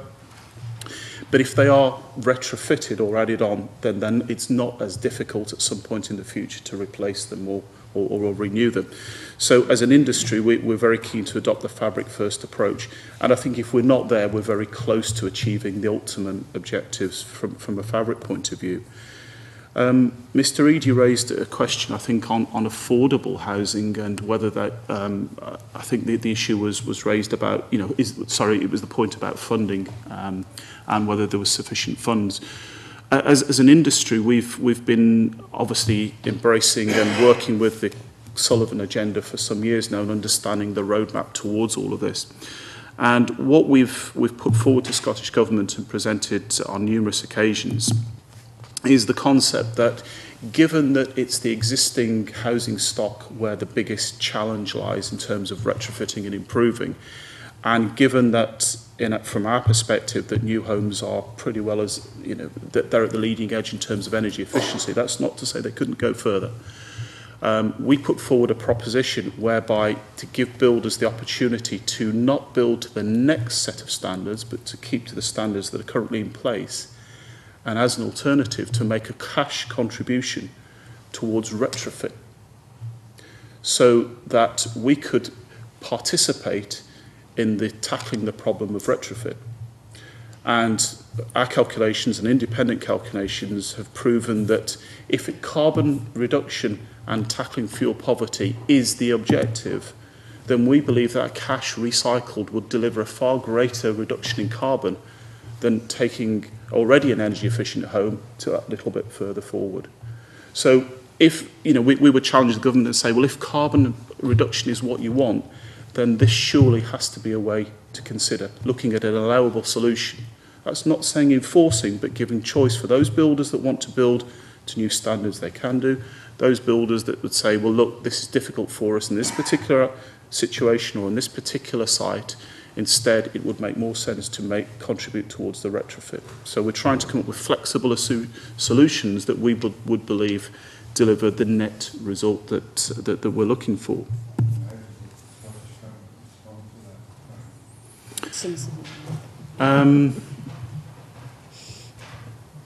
The consultation that's out at the moment, I believe that retrofit or allowable solutions, as I think the phrase is up for consideration, and we're going to put that case forward because we believe that if carbon reduction is what is required, then here is a way that we believe could achieve greater carbon reduction. So this would be a levy on new builds for carbon reduction in older houses, would it? Yes. But I mean, everybody tells us, especially when we're looking at, for example, procurement, when we've got a procurement bill coming, that we ought to look at the whole life of a project. Surely houses should be looked at in the same way that we should be looking at the whole of a life cost of a project, whether it be a house or the fourth replacement crossing or whatever, that we need to somehow think about not just the cost of the build and today, but that house 40, 50 years down the line. But anyway, Elizabeth, you wanted to come back in, and Alex, you can come back in. Okay. A chance to respond to Jamidi's question about the funding issue, and it certainly is a challenge, which is why I think we have to go back to this question of, do we have all the right tools in the box? And I think it has to be a balance of regulation, which will drive demand for incentives that are on the table, and it also means perhaps having incentives that may be better designed so that they are attractive and we know that they will be marketed successfully. An example of an incentive that failed was a council tax rebate that was put forward, and it wasn't attractive because it was basically giving householders the same that they could get through a certain provider. It wasn't anything additional. It wasn't marketed very successfully, wasn't taken up. So we would suggest there needs to be a rethink about how that could be used, because its research shows that by using the council tax as an incentive, that is attractive. We also agree with Philip on the potential for the land and buildings transaction tax, which is now going through Parliament. It's something devolved now to Scottish Parliament. It's a real opportunity to bring in tax relief for energy efficient homes. Again, it helps with that market transformation. We suggest the Alliance has called for a doubling of the National Retrofit Programme budget, so that it has even greater potential to bring in eco. At the moment, it's working on a kind of a 1-to-2 ratio, and I think a doubling of that budget gives even more opportunity to bring in the eco, and we should take advantage of that while it's there and make the most of that for Scotland. That, obviously, we're in very challenging times financially. Does that lever in private sector investment at the same time as increasing the budget for the... Because my question was about how do we lever in the private sector investment? Sure. Well, it would lever in some of the eco investment, but as well, if you have a successful area-based program, bearing in mind that the National Retrofit Program will be local authority led and area-based, it has great opportunities of just raising the whole profile of, my neighbour's done it, maybe there's an opportunity for me here too, or maybe I will put in extra investment to what the NRP is offering. So it just ups the game in terms of, the talk going around of how I can benefit from energy efficiency.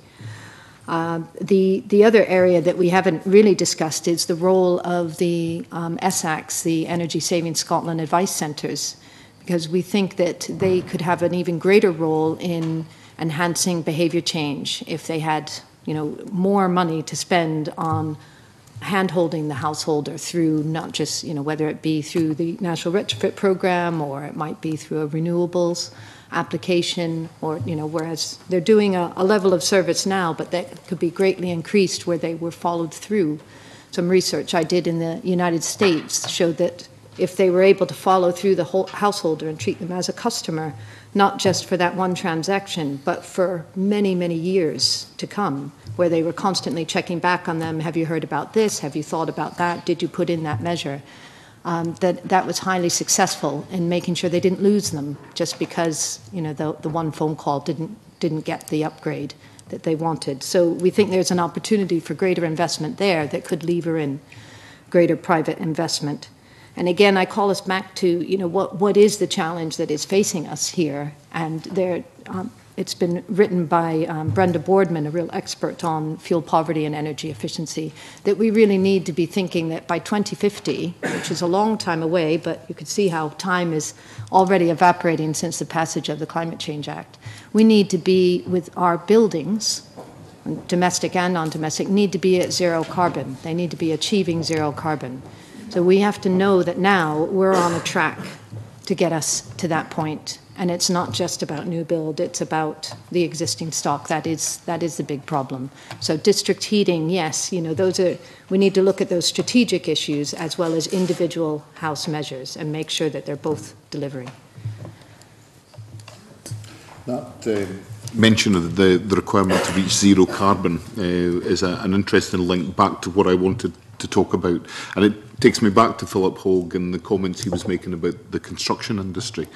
And it does strike me that even when we're talking about new build and current building standards, that what in reality we're talking about is almost retrofit, in that we are applying the most modern technology we have to what has, in the past 20 years at least, been a relatively traditional build. It may now be timber frame that we call traditional build, but we're basically building add-ons into that.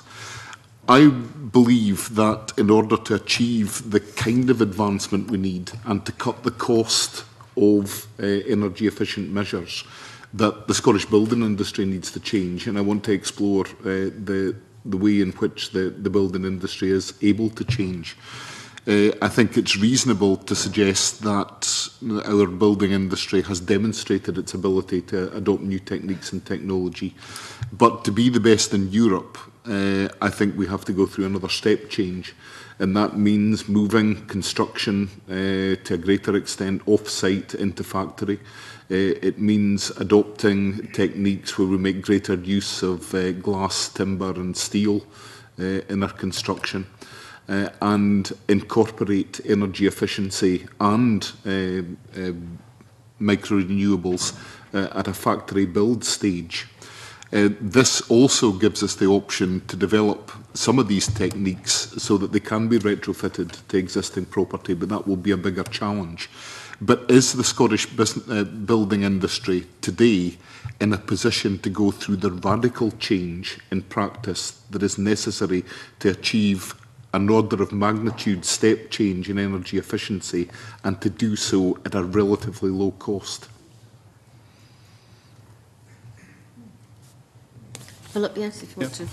I'll come back to your point in a moment. I just wanted to, Convener, if I may, just pick up on the point from the last one where you mentioned about whole life costs that we should look at. The consultation for the latest set of building standards changes included an impact analysis, which is fairly standard, I believe, in these sort of documents, and the BRE's own document. When looking at the impact analysis, and I'll read from it here. Returns over 30 years were found to be negative. These are for the proposed changes that are up for consultation for all fuel price inflation measures. So the whole life cost analysis didn't stack up from BRE's own Building Standards Division's own analysis. So that's to pick up on that point. The comment about building industry change, that I take exactly your point, and I sometimes feel frustrated working in an industry that the definition of success, and I'll say this with a little bit of tongue-in-cheek, the definition of success is creating a product that might look like it's been built 100 years ago. That is ironic, because people aspire, they have an idea of what a home looks like, maybe something traditional, something that they've grown up in or been in the street that they've lived. And, and that models what people, not all, but what a lot of people are looking for. So the industry is challenged to try and build in features and create character. We're all familiar with these sort of concepts. And to a degree, that constrains the type of materials and forms of construction that can be achieved. Again, you drive around any new housing development and you'll probably see homes that, try to reflect that character from properties maybe 100, 200 years ago. And that is simply consumer. That's what people look for. They look for that street appeal, that curb appeal that gives them that sense of comfort.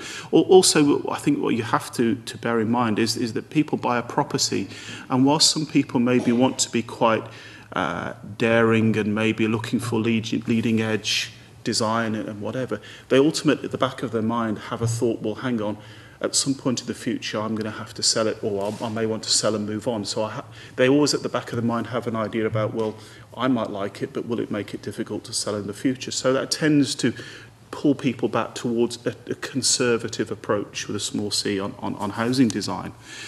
But I've also had these discussions internally with our technical teams from all major home builders and said, look, why aren't we moving to off-site, to more modern methods of construction, to factory build?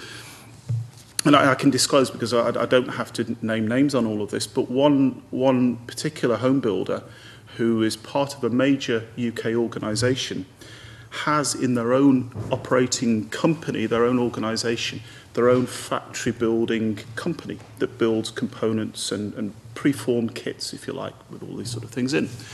And this particular builder said to me, based here in Scotland, said, we don't even use our own company for these products. We can't use it. We're under pressure to use this system, but we don't use it. And I said, well, that just doesn't make sense. Why don't you do it?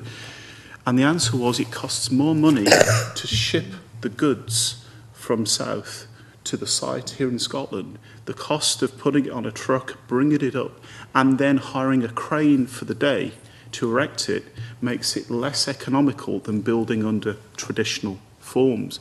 So again, it all comes back to economics. And I said, well, what would change that? What would make that more cost effective? How could we break that loop?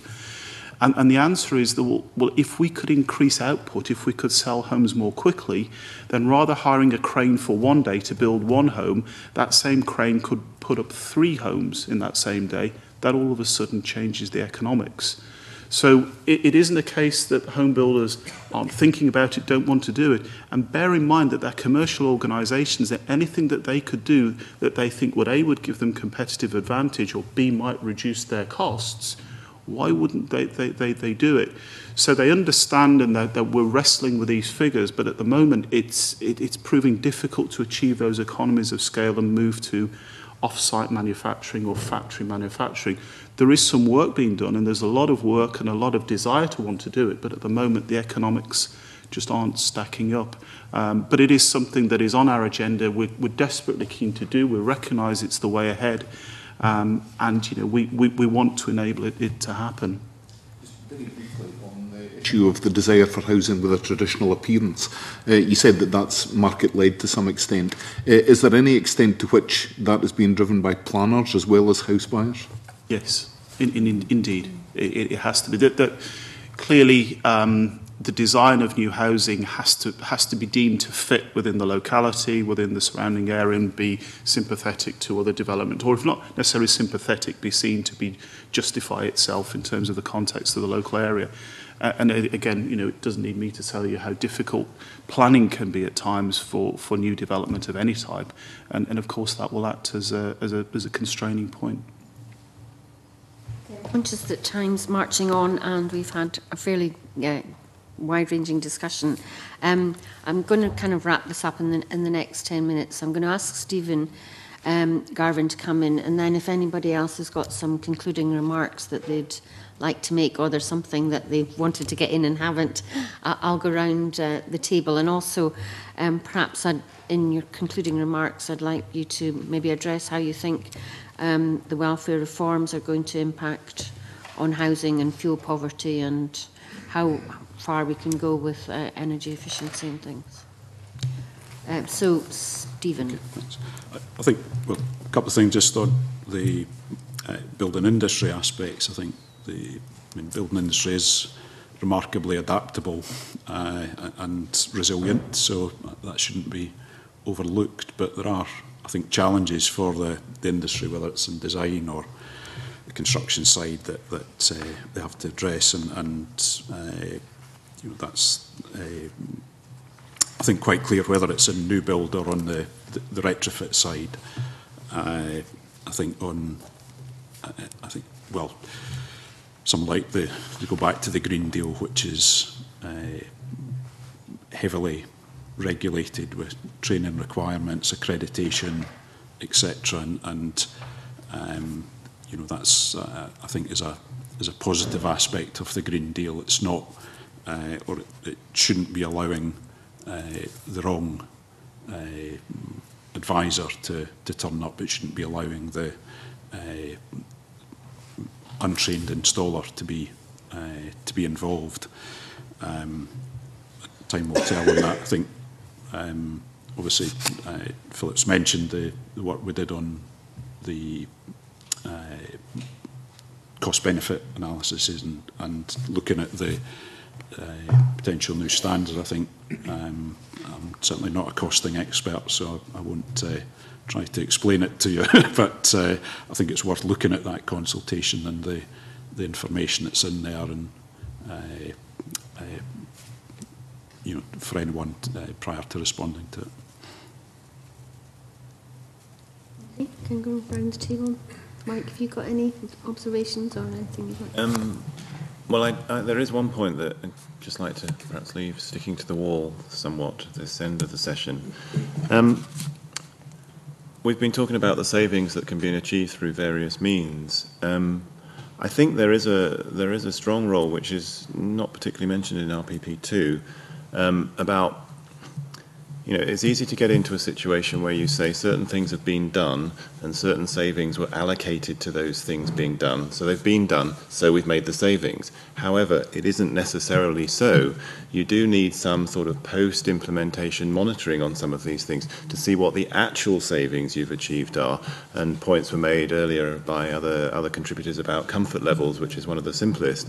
So, you know, we see the thing that Elizabeth mentioned, where there's quite a large amount of carbon abatement allocated to I think it's unrealised technical potential or something like that. What we're concerned about is that there's overestimated technical potential in the other measures, and we think that that is something that the Scottish Government has a role in addressing. Okay. David. Try and be brief. One thing I'd wanted to conclude by highlighting is that with fuel poverty, while there are concerns about incomes going down with welfare reform and fuel prices going up, I think you can have an impact on it if you concentrate on investing in energy efficiency of housing. The last Scottish House Conditions survey that was published recently found that rates of fuel poverty had gone down by 2% in housing association homes, and that was in spite of significant increases in fuel prices. So I think that just demonstrates that it's important to continue to invest in the stock.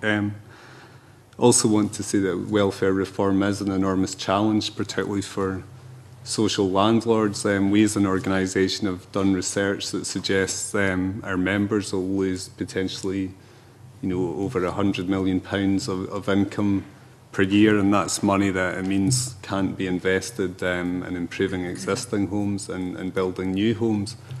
And it's also likely that many tenants will be pushed further into poverty, and we're talking about people who are already amongst the poorest in society, so that is a real concern.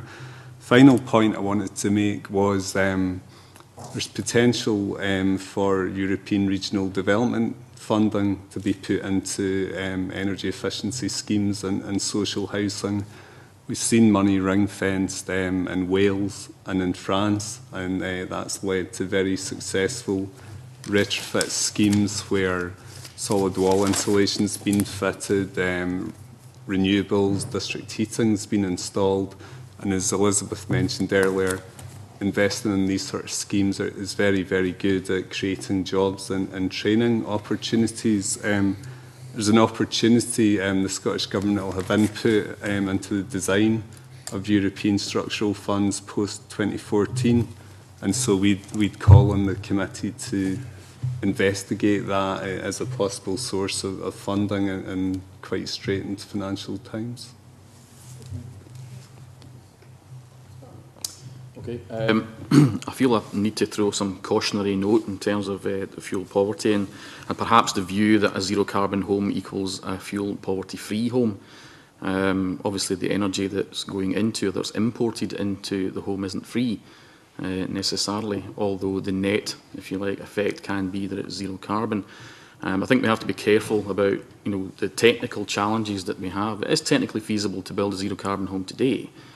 Economically, it might not be the case, but it is technically feasible to do it.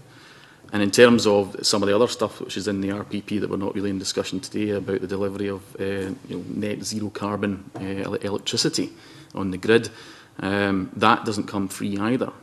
And so, the potential to have a zero carbon home simply because it's connected to the electricity grid and the electricity grid is zero carbon, yeah, but it's not going to be free.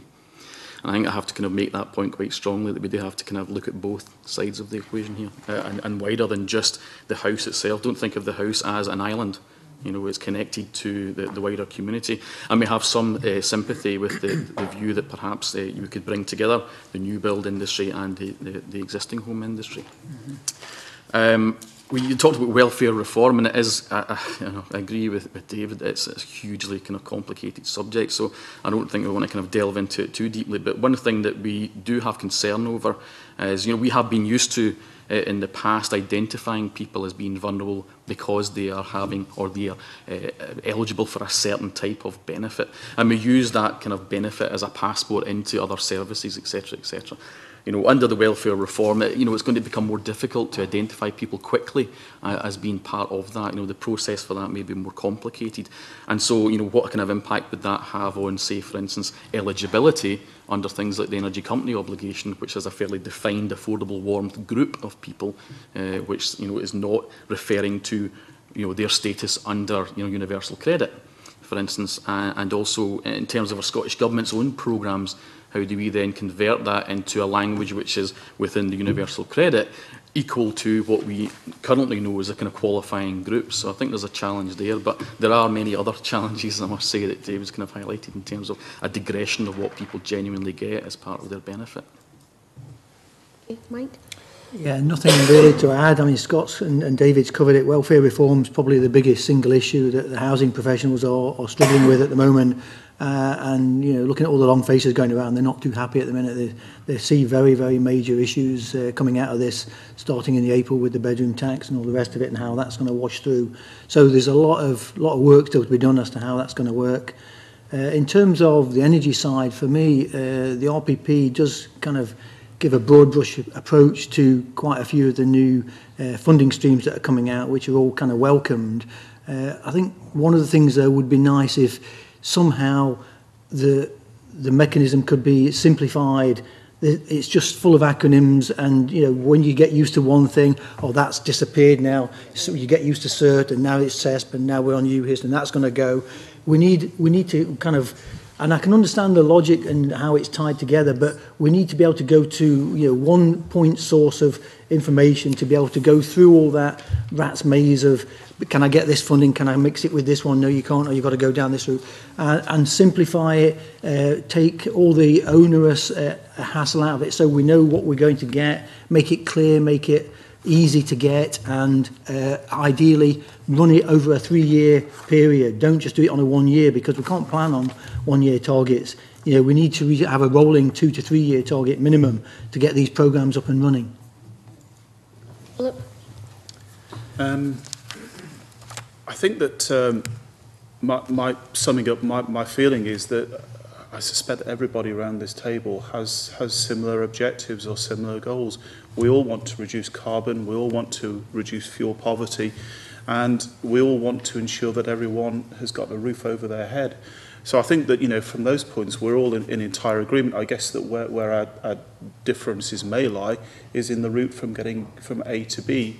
And what we're suggesting is that rather than necessarily it being a straight line, we may need to just take a little twist and turn here and there. But ultimately, we need to take cognizance of bigger issues, other external factors, but we are all committed to achieving the same route. David? Just use the opportunity to make one last point. Again, something we said in our response to the Sustainable Housing Strategy consultation last year, that if in the coming years it really does look as if there aren't going to be the range of carrots, if you like, particularly for homeowners, and private landlords are in a sense included in that, that even the average £1,000 that Elizabeth referred to, sometimes obviously with some works it'll be considerably more than that, sometimes less. If it looks as if the carrots are just not going to be there, then the radical approach that we would look to government to, and we think it can only come from government and certainly won't come from commercial companies, is some kind of small-scale kind of equity release approach whereby money is loaned to homeowners and repaid, not with interest payments, but repaid on sale. We don't think commercial operators are going to be interested in a scheme like that. A commercial operator will perhaps want to lend you 2% of your property value and take back 4%. It's just not going to sell. I mean, commercial companies are very unlikely to do that. And so whilst we appreciate governments sometimes don't want themselves to act as lenders or banks, it may need that kind of radical approach to get this sort of flow of cash moving in a recyclable loan fund, even on a small scale. Particularly to overcome tenemental problems where one person's reluctance or inability to fund is going to stop everything in its tracks. Stephen? Really to add in terms of housing policy. Elizabeth? Yeah, I'll have a few points to close on. One, just quickly on the offset proposal suggested, the Alliance view is that there isn't a need to rob Peter to pay Paul, that we should have the best new buildings as well as a well-funded and well-designed retrofit program, and would like to see both of those going forward in tandem. On, I think, fuel poverty, we haven't had much of a chance to discuss that in detail, but just wanted to remind the committee to bear in mind the benefits, which haven't been really brought out in RPP2, of improving the energy efficiency of our homes, how that benefits society and the economy at large. And just a couple of statistics that, you know, F&G, the lowest rated homes, in the last house condition survey, they saw consistent increases in fuel poverty while all the others were improving. You know, so there's a problem there. And 66% of poorly rated houses are in fuel poverty versus 20% in good. So it is a no-brainer, as people were saying earlier. It's not the only solution. We know fuel prices have huge impact, but it's providing a good chunk of the solution. One of my biggest asks to the committee is, in terms of improving RPP2, would be to welcome the minimum standards commitment for the whole private sector and a comment or a request on the timescale of bringing that forward, because I think that could really help this whole issue of market transformation and driving demand that we were talking about. The National Retrofit Programme, I agree completely with Mike. Even us experts around the table struggle with all the different funding streams, and my hope is that the National Retrofit Programme itself would evolve into providing that one-stop shop, that overview of, you know, what is the best funding to do the job on your house or for social housing or whatever. So that should provide that oversight. And lastly, you know, let's be ambitious on the homes and communities sector. I think, you know, it is capable of delivering a 42% cut in emissions. the government should be challenged on what kind of sectoral cut they're looking at. Is it still 36%? Are they falling back? And, you know, accept that it will be easier to do the job here than in transport or agriculture and some of the other sectors that they are really facing significant challenges. So I think homes can do more of a contribution than is suggested in RPP2. Okay. So we'll follow up the issues that have been raised today with ministers and our response to the Scottish Government's second draft report on policy and proposals and policies will be published, of course. Can I thank you all very much for your attendance today? I know you're all very busy people. We do appreciate it very much. And if you want to give us some supplementary evidence, can we have it by the 20th of this month? Yep. Thank you very much. And I suspend this meeting briefly to allow you to leave the room.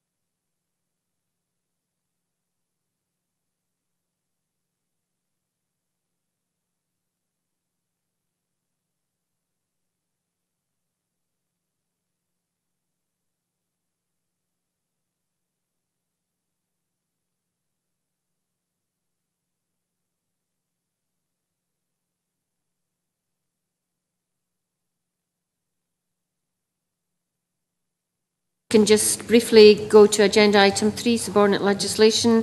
It's the consideration of a negative instrument on the Scottish Roadworks Register.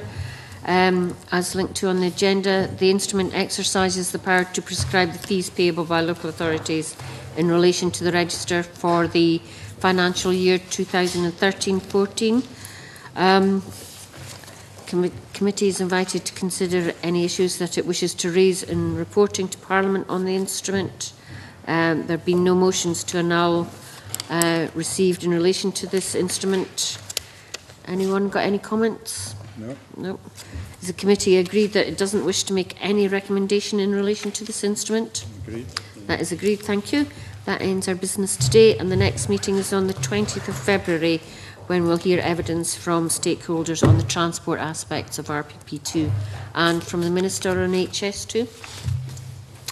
Okay, have a good recess, folks. Thank you very much.